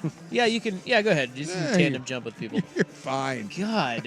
What happens if I need to like use my panic safe word? Better learn it in so, Korea. Apparently, both of their chutes got tangled. Oh my And they God. hit the ground hard. Oh. Did not live. Jeez So anyway, Louise. guys, don't go skydiving, okay? And if you do, can you make it with a reputable company? I guess that is fair to say. It should be said. Yes. This is probably not all skydive companies. Yeah. But in my head, I've now made it all skydive companies. Yes. You know where else I put in this same category? So, carnies. skydiving places, and let me add this one into those effing helicopter tours. That is the same sort of thing. The ones that go right next to the sheer cliffs? Exactly. And they're way too cheap. It's way too cheap. I should not be able to pay you like $150 for you to get on that Vietnam-era helicopter for you to whirl me around a canyon Well, isn't somewhere. it just helicopters in general? Exactly. They're just kind They're sketchy as it is. Yeah. But you look at those helicopters that those things are flying, dude, that thing's from 1974, and I'm not sure who's been maintaining it, but I don't think it's Captain Race O'Bannon, Master of the Skies. I don't think so. Yeah. No. You just assume you're like in Trump's chopper. Yeah, you're not. Paul Allen's chopper. No. You're not. Exactly. Kobe went down like the nicest chopper in the world, and I'm not affording that one. That's true. So I feel that same thing. That was pilot era, though, wasn't it? Well, like and the fog, the and fog and condition. all that. They shouldn't have been flying, etc. Well, you know where else it's foggy? Yeah, the cliffs around Hawaii or any place that you want to go flying in a helicopter. I view those things as very much the same thing. They're all just weird, sketchy sort of. It's enter at your own risk. Enter at your own risk. And it's incredibly cheap and incredibly dangerous. And I'll tell you what, we all like good deals, but when it comes to something where my life is on the line, I want to pay a bunch of money for it. It's the same thing. Like if I gave you, hey, we're gonna go bungee jumping. Oh, allow me to put another one in there's that another list. one, Put yeah. another one right up there. Who regulates that? We're in Vegas. We're in Vegas somewhere. We're having a great time. Someone's like, hey, man, we're going out to the cliffs. We're going to do some bungee jumping. You're like, oh, tubular. Radical. So you're bra. So you go out there, and one place, it's like, hey, running a deal. 2 people for $79.95. Or the other place is like, hey, it's $400, and we use the nicest equipment known to man. It's spendy. It's $400. I'll tell you which one I'm doing. Oh, for sure. I'm spending the $400. But every other, everyone's like $79.90. Why would I pay $400? This one's $79.95 for 2 people. Because the dude made his own bungee cord out of some rubber bands and some old vacuum tubes. No. Spend money. I've always thought that roller coasters are in this category too. In that, who really does the maintenance on those things? Well, who's in charge of their safety? Regulations. The only way I do those is when I'm at a massive theme park. Because if I die at Six Flags goes under because that lawsuit is $1 gajillion. You don't go on the Carney one because when you die, they pick up and move. Disney can't move. They don't have funds to pay your family millions at the carnival. But who regulates like Six Flags? It's a great question. That's a good question. Is it just on the Six Flags maintenance team? I think but at least it is in Disney's best interest to not have my child die and end up on the front page of TMZ. It is the Carney people running the Chuck E. Cheese carnival in the parking lot of my gym. No, they don't give 2 S's. Yeah, this says rides operated at amusement parks and water parks are exempt from federal safety oversight. State and local governments are responsible for established safety audit inspection programs. Okay, so it's on the state or local government for the rides that operate within their jurisdiction. Well, what happens when they're just traveling? By the time there is no jurisdiction, they're above the law. They're like Lorenzo Lamas and Renegade. They're just out there doing their own thing. I'll take photos of this place tomorrow because I drive by it. I drive by it every day. I'll take a photo of up close of one of those rides, and you're like 40 feet up in the air and spinning, and tell me if there's any amount of money that you would strap your child into that thing. And then I'll show you the guy running it and being like, yep, this seems safe. No offense to that guy that's wild. pushing the button, but my God. Is the Northwest a good place for singles? Here's Buck. Now, from the Fan Sports Desk, a Sports Center update on 1080 The Fan. Brought to you by Reynolds Defense Firm. If you've been arrested for DUI, you need a team of attorneys that you can put your trust into. Call Reynolds Defense Firm today and online at reynoldsdefensefirm.com. First on the Fan, the Blazers narrowly snapping their losing streak at 9 games, but instead they fall to the Magic 104-103 the final in Orlando. Delano Banton with 26 points off the bench leading the Blazers. Franz Wagner had 20 for the Magic. Meanwhile, in the women's game, 2 bids for the Final Four on the line tonight. The 1-seed Iowa Hawkeyes and Caitlin Clark just finished wrapping that up. They beat LSU 94-87. Clark goes for 41 points, including 9 3-pointers. Meanwhile, the second game of the night just started. USC with an early 7-2 lead over UConn. That's another 1 versus 2 matchup. In other college news today, USC men's hoops coach Andy Enfield is reportedly leaving the Trojans for the head coaching job at Southern Methodist. And on the diamond tonight, the Mariners back in action hosting the Cleveland Guardians. Emerson Hancock making his first start of the season. More sports scores and stories in 30 minutes. I'm Ryan Buckley at the 1080 The Fan Sports Desk. Listen live or on demand on the Odyssey app, the Fan's desktop player, or tell your smart speaker to play 1080 The Fan. The Fan is live on YouTube and Twitch. And now, Window Nation brings you on-demand videos. Watch Window Nation's window into 1080 The Fan.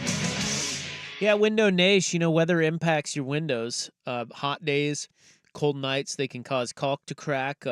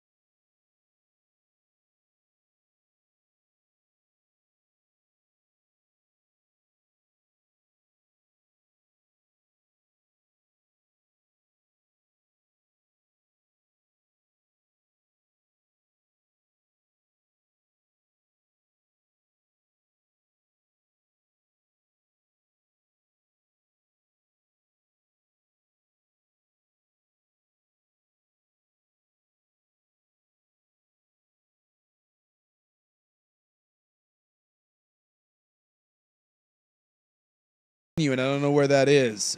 You might want to find a new a gentleman's club for the evening. A little early to be finding bodies, right? The show must go on. That is true. You know, according to the skydiving. And if there is an industry where I think that would apply outside of skydiving, wouldn't it be the strip club?